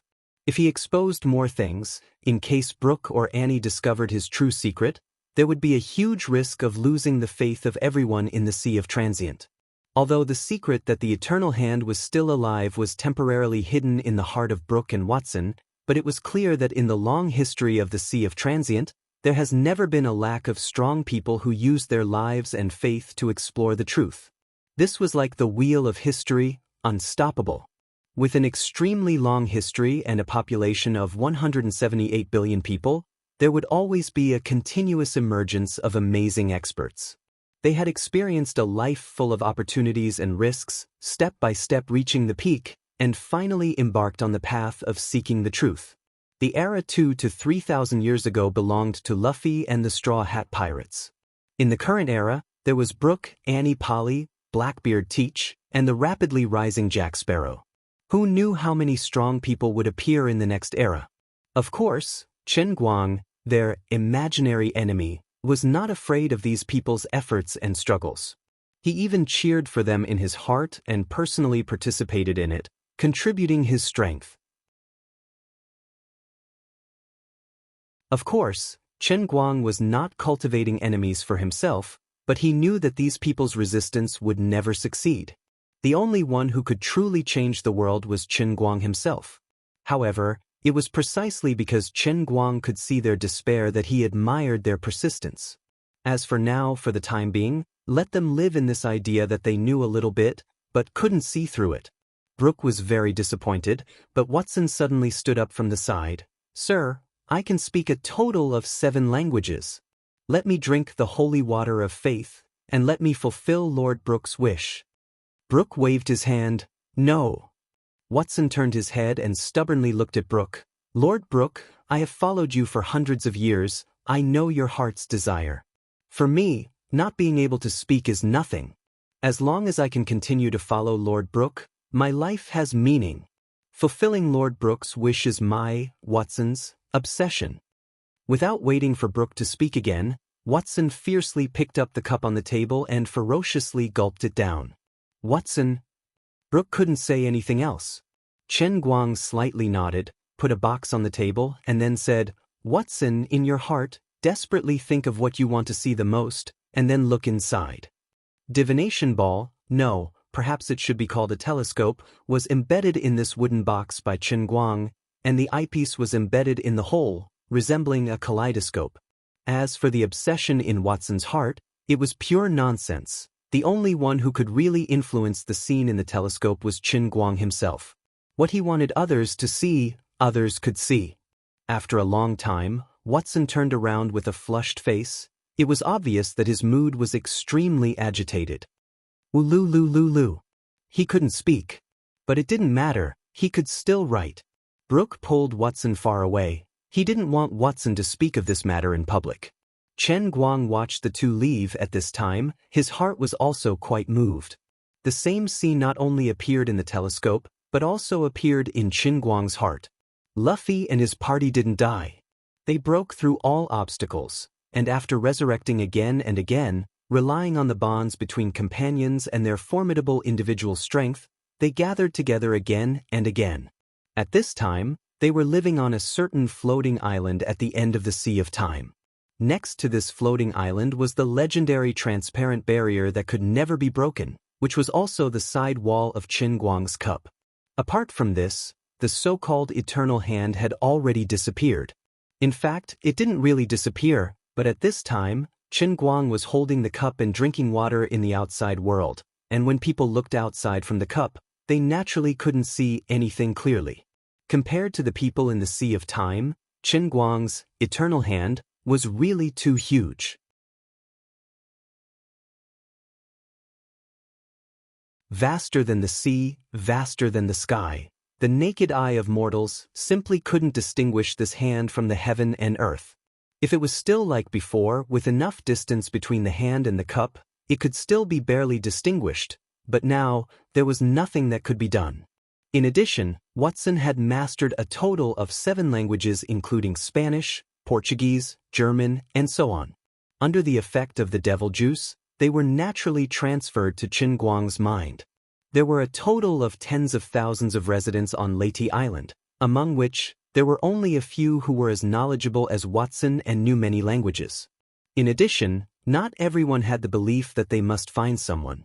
In addition, for the language that he had already mastered, no matter how firm the other party's desire was, Chen Guang wouldn't agree to perform great divination for him. The reason was very sufficient.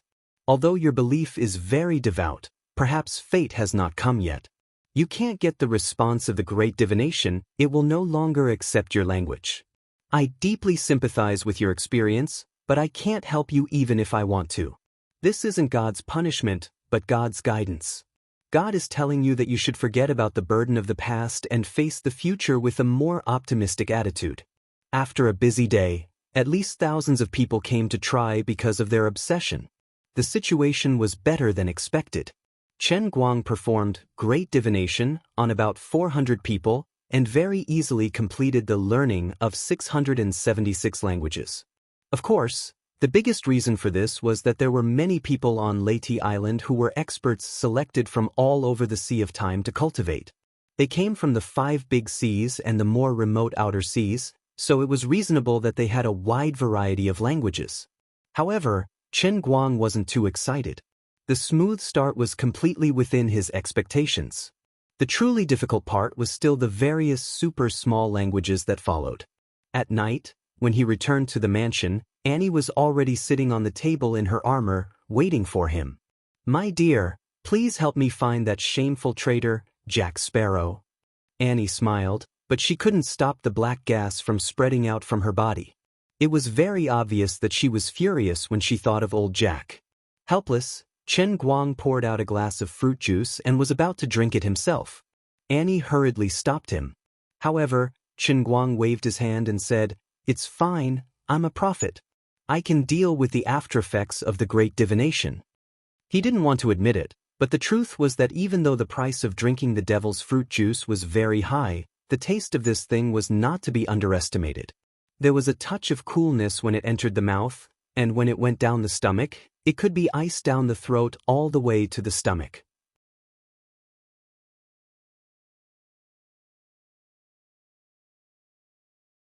Old Jack sat on the railing of the royal and, ferociously gulping down a mouthful of wine. Then, he tossed the empty cowhide bag into the water as he spoke. "Old Jack, you don't have many years left. Don't think about this." Chen Guang sat on a large wooden barrel beside him, tearing a roasted chicken leg in his mouth. "You don't understand, right? I have a premonition that I'm not an ordinary person. I won't die so easily. All right, if one day you can really get your own ship, I'll help you think of a great name. Didn't you want black paint? Why don't we call it the Black Pearl?" Chen Guang chuckled. Unexpectedly, old Jack was very satisfied. "Oh, my right, you're really a genius. This name is really great. The Pearl of the Sea, a black pearl. I want to load my black pearl with the most powerful cannons. I also need to find sails blessed by the sea god, and then replace them with keels made from the spine of the most powerful sea beasts. How about it? My idea isn't bad, right? Why don't you find a lake of immortality to soak your ship, so that your ship's hull will never be damaged?" Chen Guang continued to tease him. Unexpectedly, old Jack was fascinated. "Is that so? In this endless sea, is there really a spring of immortality? Then I'll have to drink my fill first before soaking the ship." At present, Chen Guang was looking at such a black pearl. Under the moonlight and firelight, the pitch-black hull of the ship emitted a demonic radiance. Amidst the intense crossfire, the gigantic sails were unceasingly struck by bullets and cannons. Yet, the firepower strangely passed through the sails, leaving the sails unscathed. Instead, the area struck by the firepower transformed into black mist. Indeed, this was augmented by black magic, or perhaps, the sails blessed by the sea god. The gigantic black pearl nimbly maneuvered its body.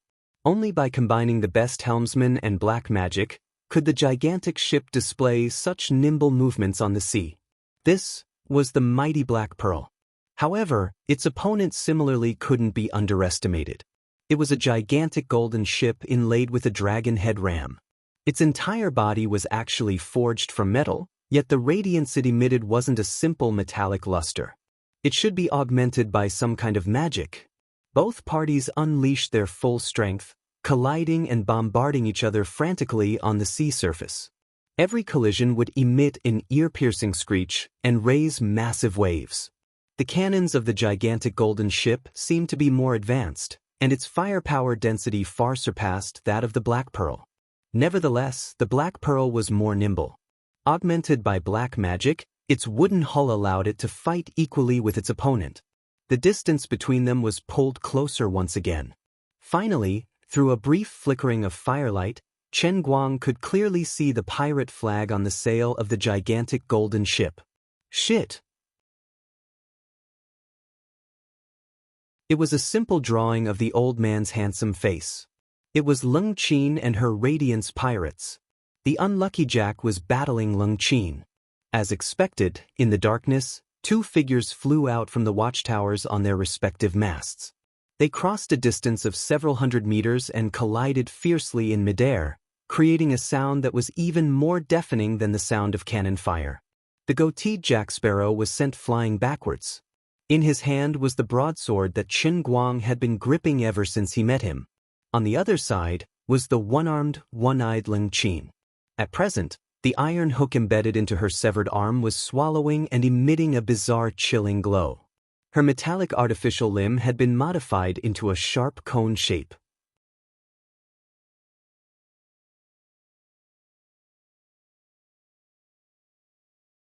Chapter 5:12. Seeing Lung Qin's appearance, Chen Guang was puzzled. It had been 100 years since he entered the Sea of Moments. Logically speaking, Lung Qin should have been reborn at least once. When she first appeared here, she was crippled. At that time, Chen Guang did not think much about it. Later on, when he thought about it, he felt that it was strange. After all, Lung Qin could not have entered with her body, but with her soul. Since that was the case, why was she still crippled?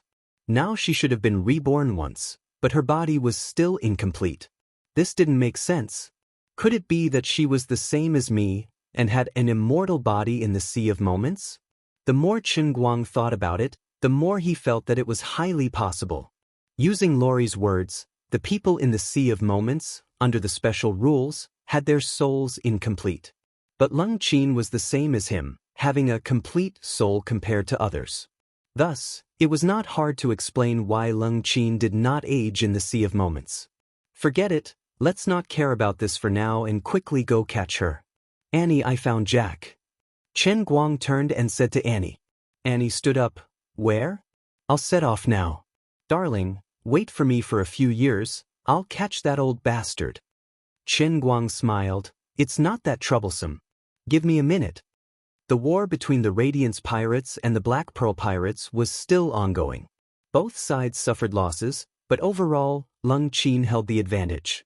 Whether it was the strength of the pirates under her banner or individual strength, Lung Qin and her Radiance pirates were slightly stronger than Jack Sparrow. Madame Cord, why is this? I've never seen you before, nor provoked you. Why did you suddenly declare war on me? Has your arrogance reached such a level? Even if I lose today, I will make a comeback. You will pay the price for your arrogance. Old Jack stood on the mast of his Black Pearl, roaring fiercely. He had a perplexed look on his face. In the Sea of Moments, although it was common for big fish to eat small fish, but I'm not a small fish. I'm one of the 28 ocean emperors like you. You're bullying me too much. Lung Qin looked at him from afar, her expression cold. Jack Sparrow, do you think I don't know that you snuck up to my ship in the evening? Although I don't know what you're coveting, your provocation is enough to make me wary. I, Cod, am used to striking first. Old Jack wanted to cry, but no tears came out. Although the two of them were both ranked as one of the 28 ocean emperors, the transient sea was simply too vast. The chances of them meeting each other by chance were extremely small. Previously, the two factions had never interacted with each other. In the afternoon, the two fleets finally met on the surface of the sea and brushed past each other. At that time, he only glanced at the sail of the radiant pirate group from afar. He did not look too closely, but afterward he felt that the pirate flag on the sail was very familiar. Later, he couldn't hold back his curiosity, so he stealthily turned the fleet around and dived into the sea to take a closer look. He didn't expect to be discovered. Ms. Cord, please believe me. I mean no harm. Old Jack knew that no one would believe his explanation. Even he himself felt that it was absurd. Back then, he had seen Leet turn into nothingness in midair with his own eyes. How could he see that kid's portrait on the flag of another rising pirate force? There's no point in saying more. Jack Sparrow, go and be reborn with a heart full of regret. More than 100 years of fighting on the sea had made Lung Qin, who was born in modern society and had experienced the influence of the new era. However, her life was full of misfortune. In the end, she died in despair but was strangely resurrected in the transient sea. She had become unprecedentedly powerful. In the past 100 years, she had used this decisive style to rapidly increase her personal strength, leading her radiant pirate group to rise like a comet. In fact, Lung Qin herself didn't know what she wanted. Perhaps only by constantly fighting like this could she gradually feel that she was still alive. But from time to time, Lung Qin would see the people around her slowly grow old and eventually return to the sea. Those loyal and powerful crew members could return to their warships when they were a few years old, a dozen years old, or even a little older. They called this an undying rank expert. But she herself was forever young, and her body was still incomplete. Lung Qin's heart was very complicated and tangled. She would often think that there was no meaning in living like this, other than continuously becoming stronger and leading this group of loyal subordinates on expeditions. As a modern woman, her life seemed to be quite boring. Just as the battle between the two sides was about to enter a white-hot stage, a deafening sound suddenly rang out from the side of the sea. Everyone in the battlefield was deafened by this loud sound. The intense tremors caused Jack Sparrow, who was holding onto his blade and advancing forward, to stagger and almost fall down. Lung Qin held onto the mast tightly. She didn't know what was happening, but the power behind this terrifying tremor made her feel terrified. One of the 5 overlords had come to mediate? There was no reason for that. Even an overlord wouldn't be this powerful. This was the might of the world. In the blink of an eye, a huge wave came gushing over, stirring up the seawater. The warships of the two pirate groups were like leaves struggling in the middle of a raging storm. Both sides couldn't be bothered to continue fighting. Rays of black magic light lit up one after another, and they finally managed to resist the impact of this sudden huge wave.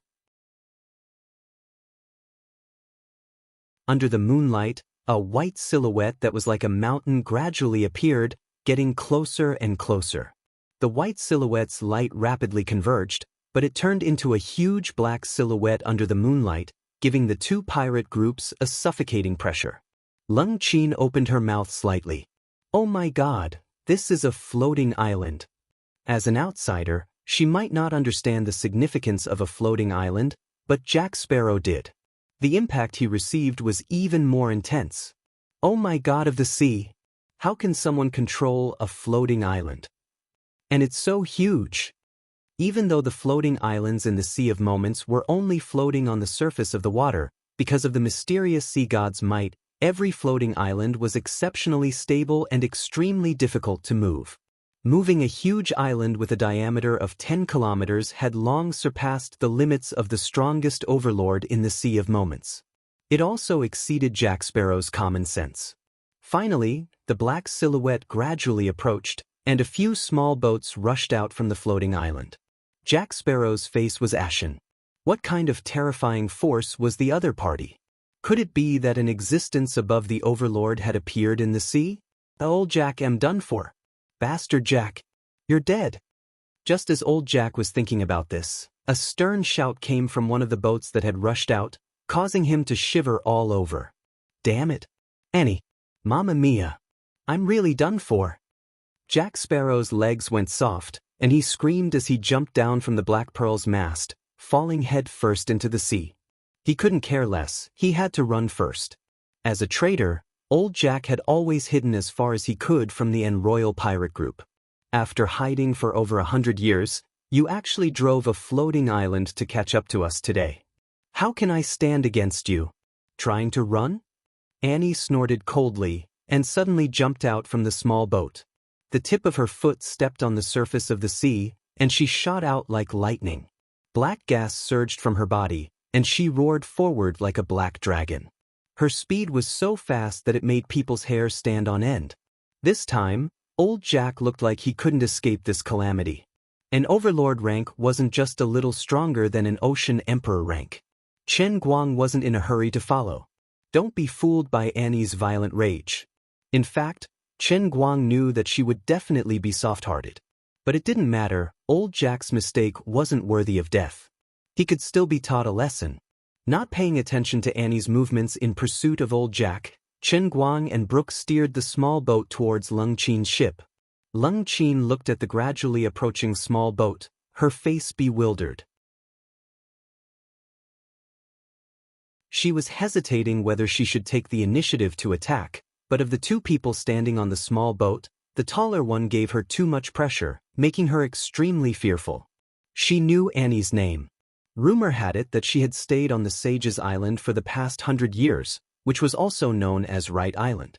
Today, Right Island had undoubtedly become the most powerful force in the entire Sea of Time's 5 seas. It had 2 Overlord rank powerhouses, including Buldev and other famous Ocean Emperor rank powerhouses, as well as countless undead powerhouses. Annie had gone to capture Jack Sparrow, so this tall and skinny figure must be the other Overlord rank powerhouse, Brooke. Unrivaled. What was their purpose in coming here? Did they come to capture Jack Sparrow? Or did the secret of my immortality reach their ears? What kind of person was the rumored Sage Right? Generous? Benevolent? Or was it the greed and hypocrisy hidden beneath the surface? Or was it the explosive news that broke out in the last 2 days, that he possessed tyrannical abilities in bed that all women except Annie were unable to withstand? How powerful was he? Seeing the small boat getting closer and closer, Lung Qin's breathing became more and more rapid. When she finally saw the faces of the 2 people standing on the boat, her breathing suddenly stopped. Chen Guang. This thought exploded in her heart like thunder, and Lung Qin almost blurted out. Ever since she had inexplicably arrived here, Lung Qin's heart hid too many mysteries, but she had no one to narrate them to, and no one could give her an answer. But now Chen Guang had appeared. Meeting an old friend in a foreign land could make one's eyes brim with tears, but meeting an old friend in a different world could simply make one hysterical. At this moment, Lung Qin was feeling this way. She softly sat down on the deck, tears falling like rain, while in her heart she repeatedly mocked her own stupidity. She should have known that right was the meaning of light. Even if it was just out of curiosity, she should have gone to Right Island earlier to see what was going on. But it was precisely because she was a foreigner that she hid too many cowardly thoughts in her heart, and was unwilling to have too many interactions with other pirate forces, which led to today's brushing shoulders for 100 years. With Chen Guang's current reputation in the Sea of Time, it was naturally impossible for Lung Qin not to have heard of him. Even in her own bedroom, there was a phonograph with his music on it. But she thought it was just a coincidence, and at the same time she was afraid of the 2 prominent hegemons of Right Island. She was afraid that more people would know the secret of her immortality. After several struggles in her heart, she finally chose to turn a blind eye.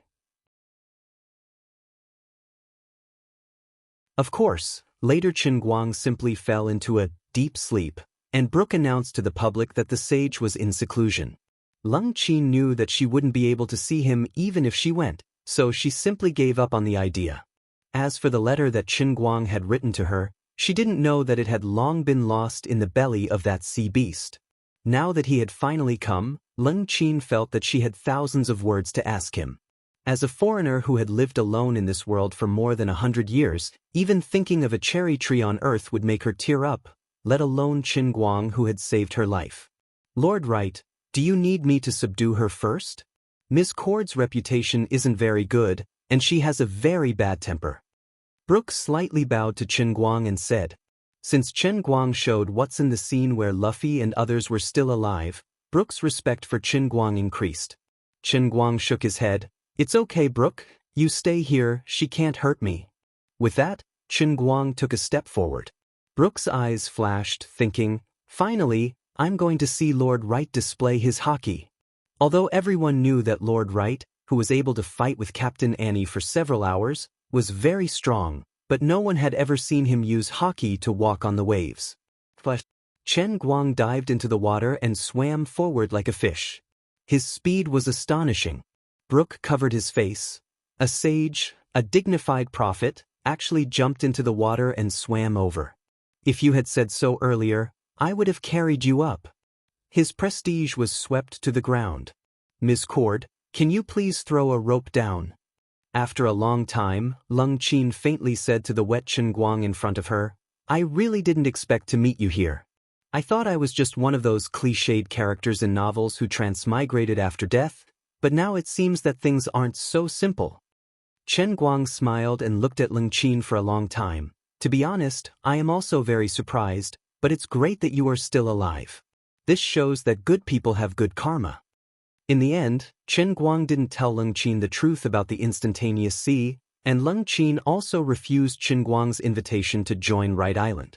Unlike Qin Guang who could leave at any time, Leng Qin couldn't leave this world, so she must hide the secret of not aging deeper. In this world, although she was powerful, she was more lonely than anyone else. In fact, she even lied to her own crew. Although her body didn't age, she would constantly think of ways to make herself look older as time passed. Moreover, she suddenly disappeared from her fleet 20 to 30 years ago, leaving behind a suicide note. After a dozen years, she dressed up very young and returned to the ship, creating the illusion that she had died once. In the Radiant pirate crew, she could maintain her prestige and no one would suspect her, but if she joined Wright Island, she would be exposed sooner or later. As for Leng Qin's future, Qin Guang also didn't know how to arrange it. She was an anomaly in the instantaneous sea, with a soul similar to his and not aging, but she didn't have the identity and status of a true master of the whole world like him. The two didn't even talk for long. When Qin Guang told Leng Qin that he would leave the instantaneous sea sooner or later and return to reality, Leng Qin planned to quickly leave. In the real world, she had already become a box of ashes, and the current Qin Guang had no way to bring her out. No matter what, live on bravely and strongly. Standing in front of you is a man with unlimited possibilities. In the future, sooner or later, I will be able to let your husband and your child appear in front of you again. Before the two of them said their goodbyes, Qin Guang left behind the most important promise he had made so far. Leng Qin, who was standing at the stern of the ship, turned around and smiled, Thank you. With these words of yours, I can live for another 100 million years.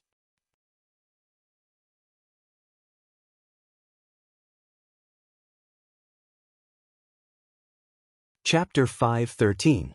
Oh, old Jack, your current appearance reminds me of a roasted pig. Watching Jack Sparrow being beaten into a ball of lightning by Annie, Qin Guang felt sympathy for him.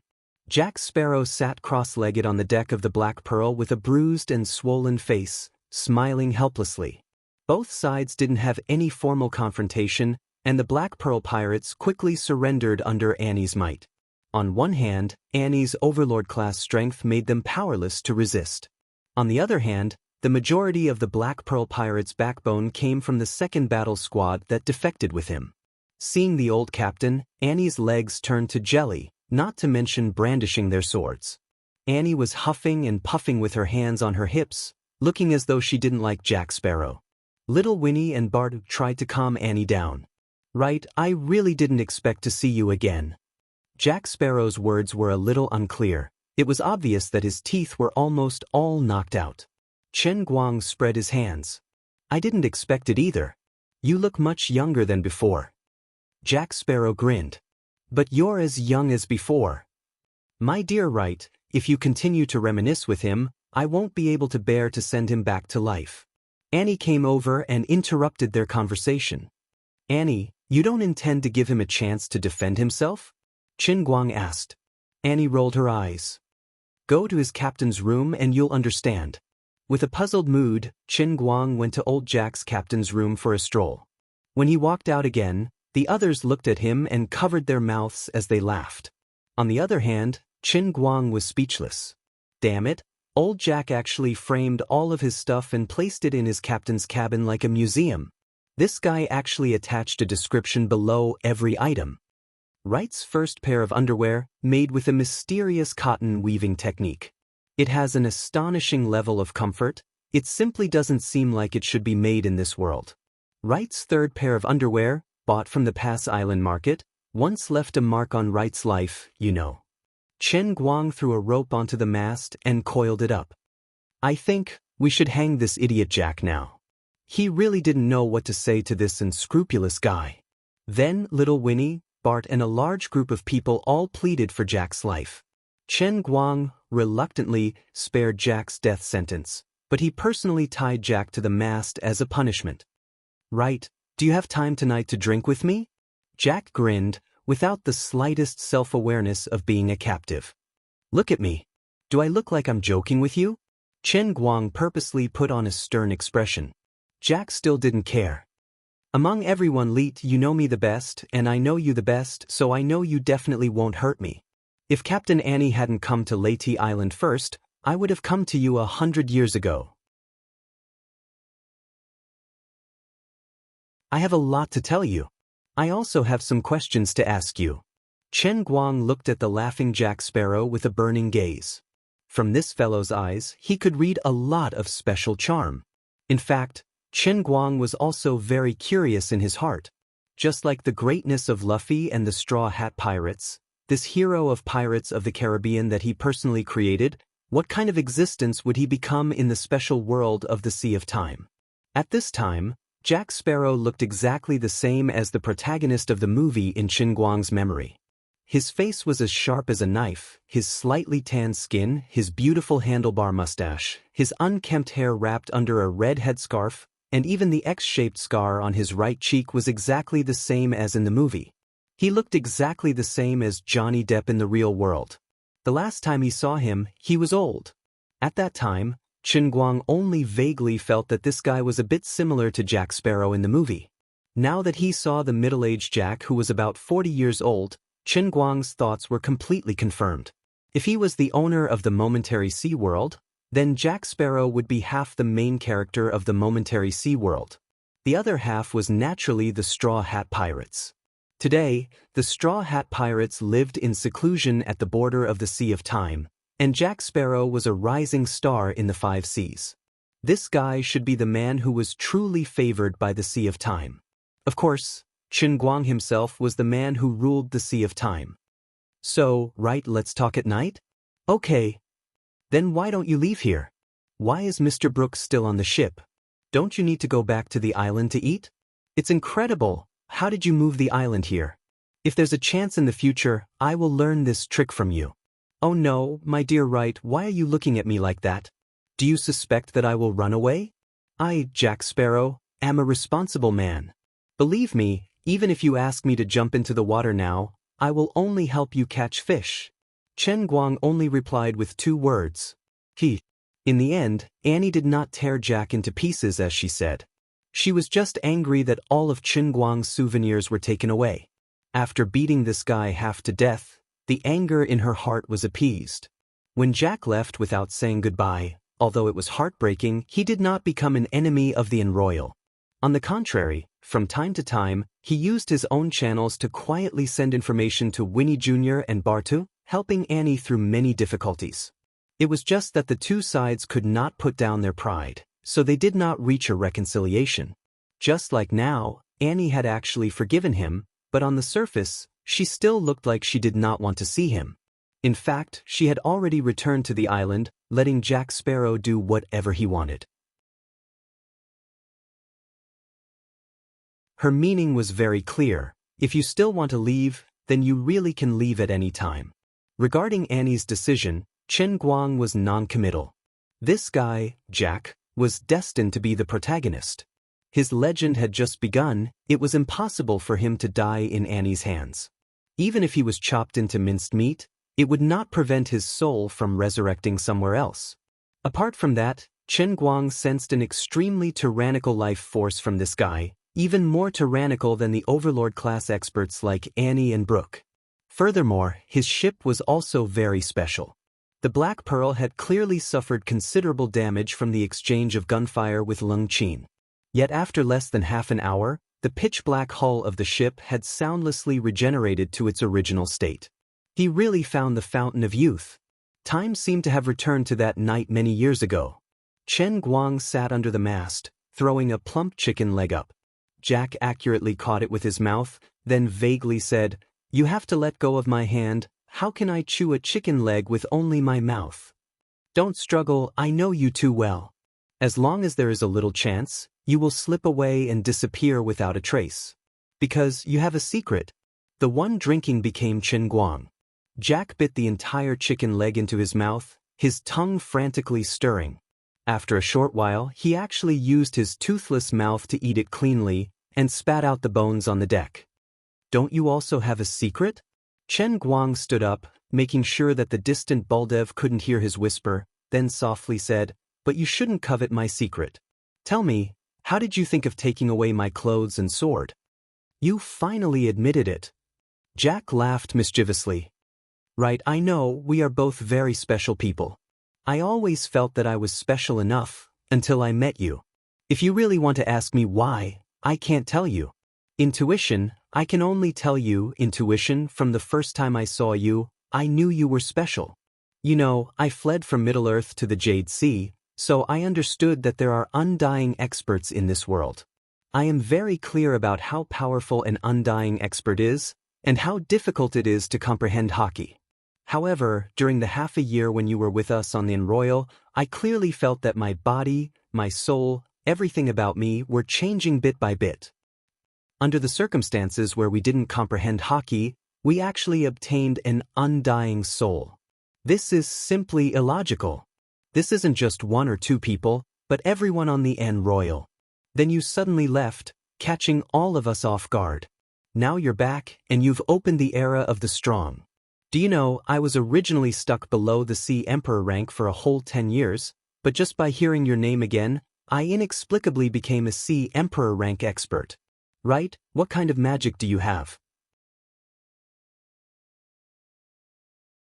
Under the moonlight, Jack Sparrow, who was suspended in midair, looked at Chen Guang with a scrutinizing gaze. Chen Guang was slightly surprised. He raised his head to look at this guy, thinking to himself, as expected of the main character's life, this cunning and sharp guy. While the others were completely unaware, he was able to detect the changes. "Since you want to understand me better, you should stay by Annie's side, and not defect, Jack." After a brief silence, Chen Guang grinned. Jack shook his head. "No, if I continue to stay on the Royal, I may have become as strong as Annie, but I can't have eternal life. You can't be eternal now, even though you obtained the Fountain of Youth. I knew I couldn't hide this from you." Jack sighed. "Yes, the Fountain of Youth is a lie. I'm still aging day by day, just a little slower. But I still have to die and be reborn like everyone else. Sooner or later, I'll lose everything like everyone else. Isn't this the fate of everyone in the Sea of Moments? Why do you think you can escape this fate?" "Because I am Jack, because I have a reason to live." Jack Sparrow's emotions suddenly became agitated. "I miss my lover, Rose. She was only an ordinary person, and she was cruelly killed. But I know she's still alive, waiting for me somewhere. As long as I keep searching, I'll find her sooner or later." Chen Guang was shocked, but he forcefully suppressed his emotions. "But ordinary people don't have an immortal soul." Jack shook his head. "No, everyone in the Sea of Moments is immortal. Perhaps many years later, People would know that Jack Sparrow's words were on par with the Eternal Hand's master's life. They were the two greatest secrets of the Sea of Moments. Chen Guang simply could not understand. Jack Sparrow's judgment was completely baseless. Because of the connection of souls, the appearance of a person after resurrection would be at least 80 to 90% similar to their previous life's appearance. However, the population of the entire transient sea was too large. Finding two people who looked exactly the same out of 178 billion people wasn't difficult at all. Even if an undying rank expert met a dead person, they would not be able to find any past memories from their conversation. When a person's soul was cleared and they grew up again, they would experience a completely different life from their previous life. There was no reason to say that they were still the same person. If the steel used to make the kitchen knife was smelted again and then made into another kitchen knife, it could not be considered the same knife. Only Chen Guang himself, the master of the Sea of Moments, could clearly see the changes from a bystander's point of view. He could not understand how Jack Sparrow could see through this matter. Right, looking at your expression, I know that I guessed correctly. Jack Sparrow said with a smile. He was very proud of himself. Chen Guang could not help but curse. Needless to say, Jack Sparrow, who had only been revived once, could not possibly have the knowledge of Gold Roger or Magellan. Unlike others who had used generations of hard work to discover the mysteries of the Eternal Hand, this guy was able to see through the mysteries of the heavens with a single sentence. He relied on his unlucky intuition, which he had shown off more than once. King want to defy the heavens. Chen Guang gritted his teeth. I won't give you an answer. It doesn't matter. This only strengthens my confidence to travel the entire ocean and find Rose. She is just an ordinary person. There is no need for you to do this. No, right, you don't understand love. I am willing to die for her. I am even more willing to live for her. Chen Guang felt very unhappy. As a hidden boss, he had actually shocked a doll time and time again. Now he was even mocked by him. This was intolerable. He rolled his eyes and shouted into the distance, "Both! Get Bob to bring me the Divination Temple's leaflet. Jack, you might not know about the new business that Wright Island recently launched. I think you will be very interested in it." Chen Guang smiled evilly. Aren't you capable? Aren't your intuition defying the heavens? Aren't you going to use your entire life to find your lover? You want to live forever to find your woman. I can understand that. After all, to find a woman in the vast Shuzhou Sea amongst the 170 billion people, the difficulty was simply unimaginable. However, the old man had a telescope. I will help you find her. I will do it now. You have no goal in life. Let's see how you can still be so noble. Let's see how you can pursue eternal life. In front of a true big boss like the old man, your main character life is still not tough enough. Chen Guang's mischievous soul was burning. A moment later, Jack Sparrow listened to Chen Guang personally read the Divination Temple's leaflet. His expression changed. How is it? Are you interested? You just can't speak. As long as you have my help, your rose will be at your fingertips. If I remember correctly, you know a very obscure Hebrew dialect. Otherwise, you wouldn't even be qualified to enjoy this incredible divination. Chen Guang used a devilish tone to tempt him. He shook the devil juice that Bob had brought over. Beside him was his divination box. Unexpectedly, a moment later, Jack Sparrow suddenly shook his head. No, I refuse. Chen Guang's smile gradually faded. Reason? Intuition. You think I would lie to you?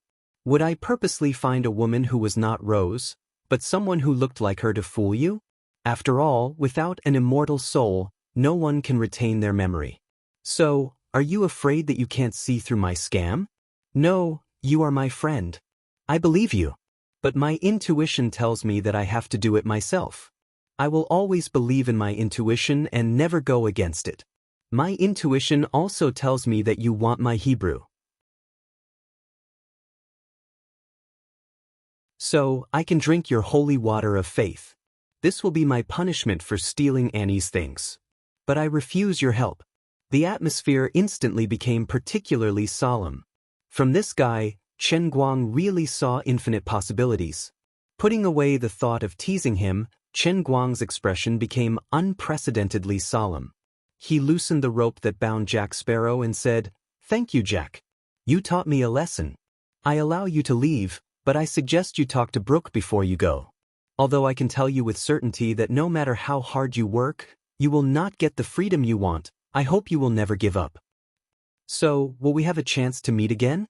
Jack Sparrow realized something. Chen Guang thought for a moment. "We will definitely meet again." You're tuning in to the Wang Lin's Journey YouTube channel. Don't forget to subscribe and join us on this journey to catch the most captivating stories.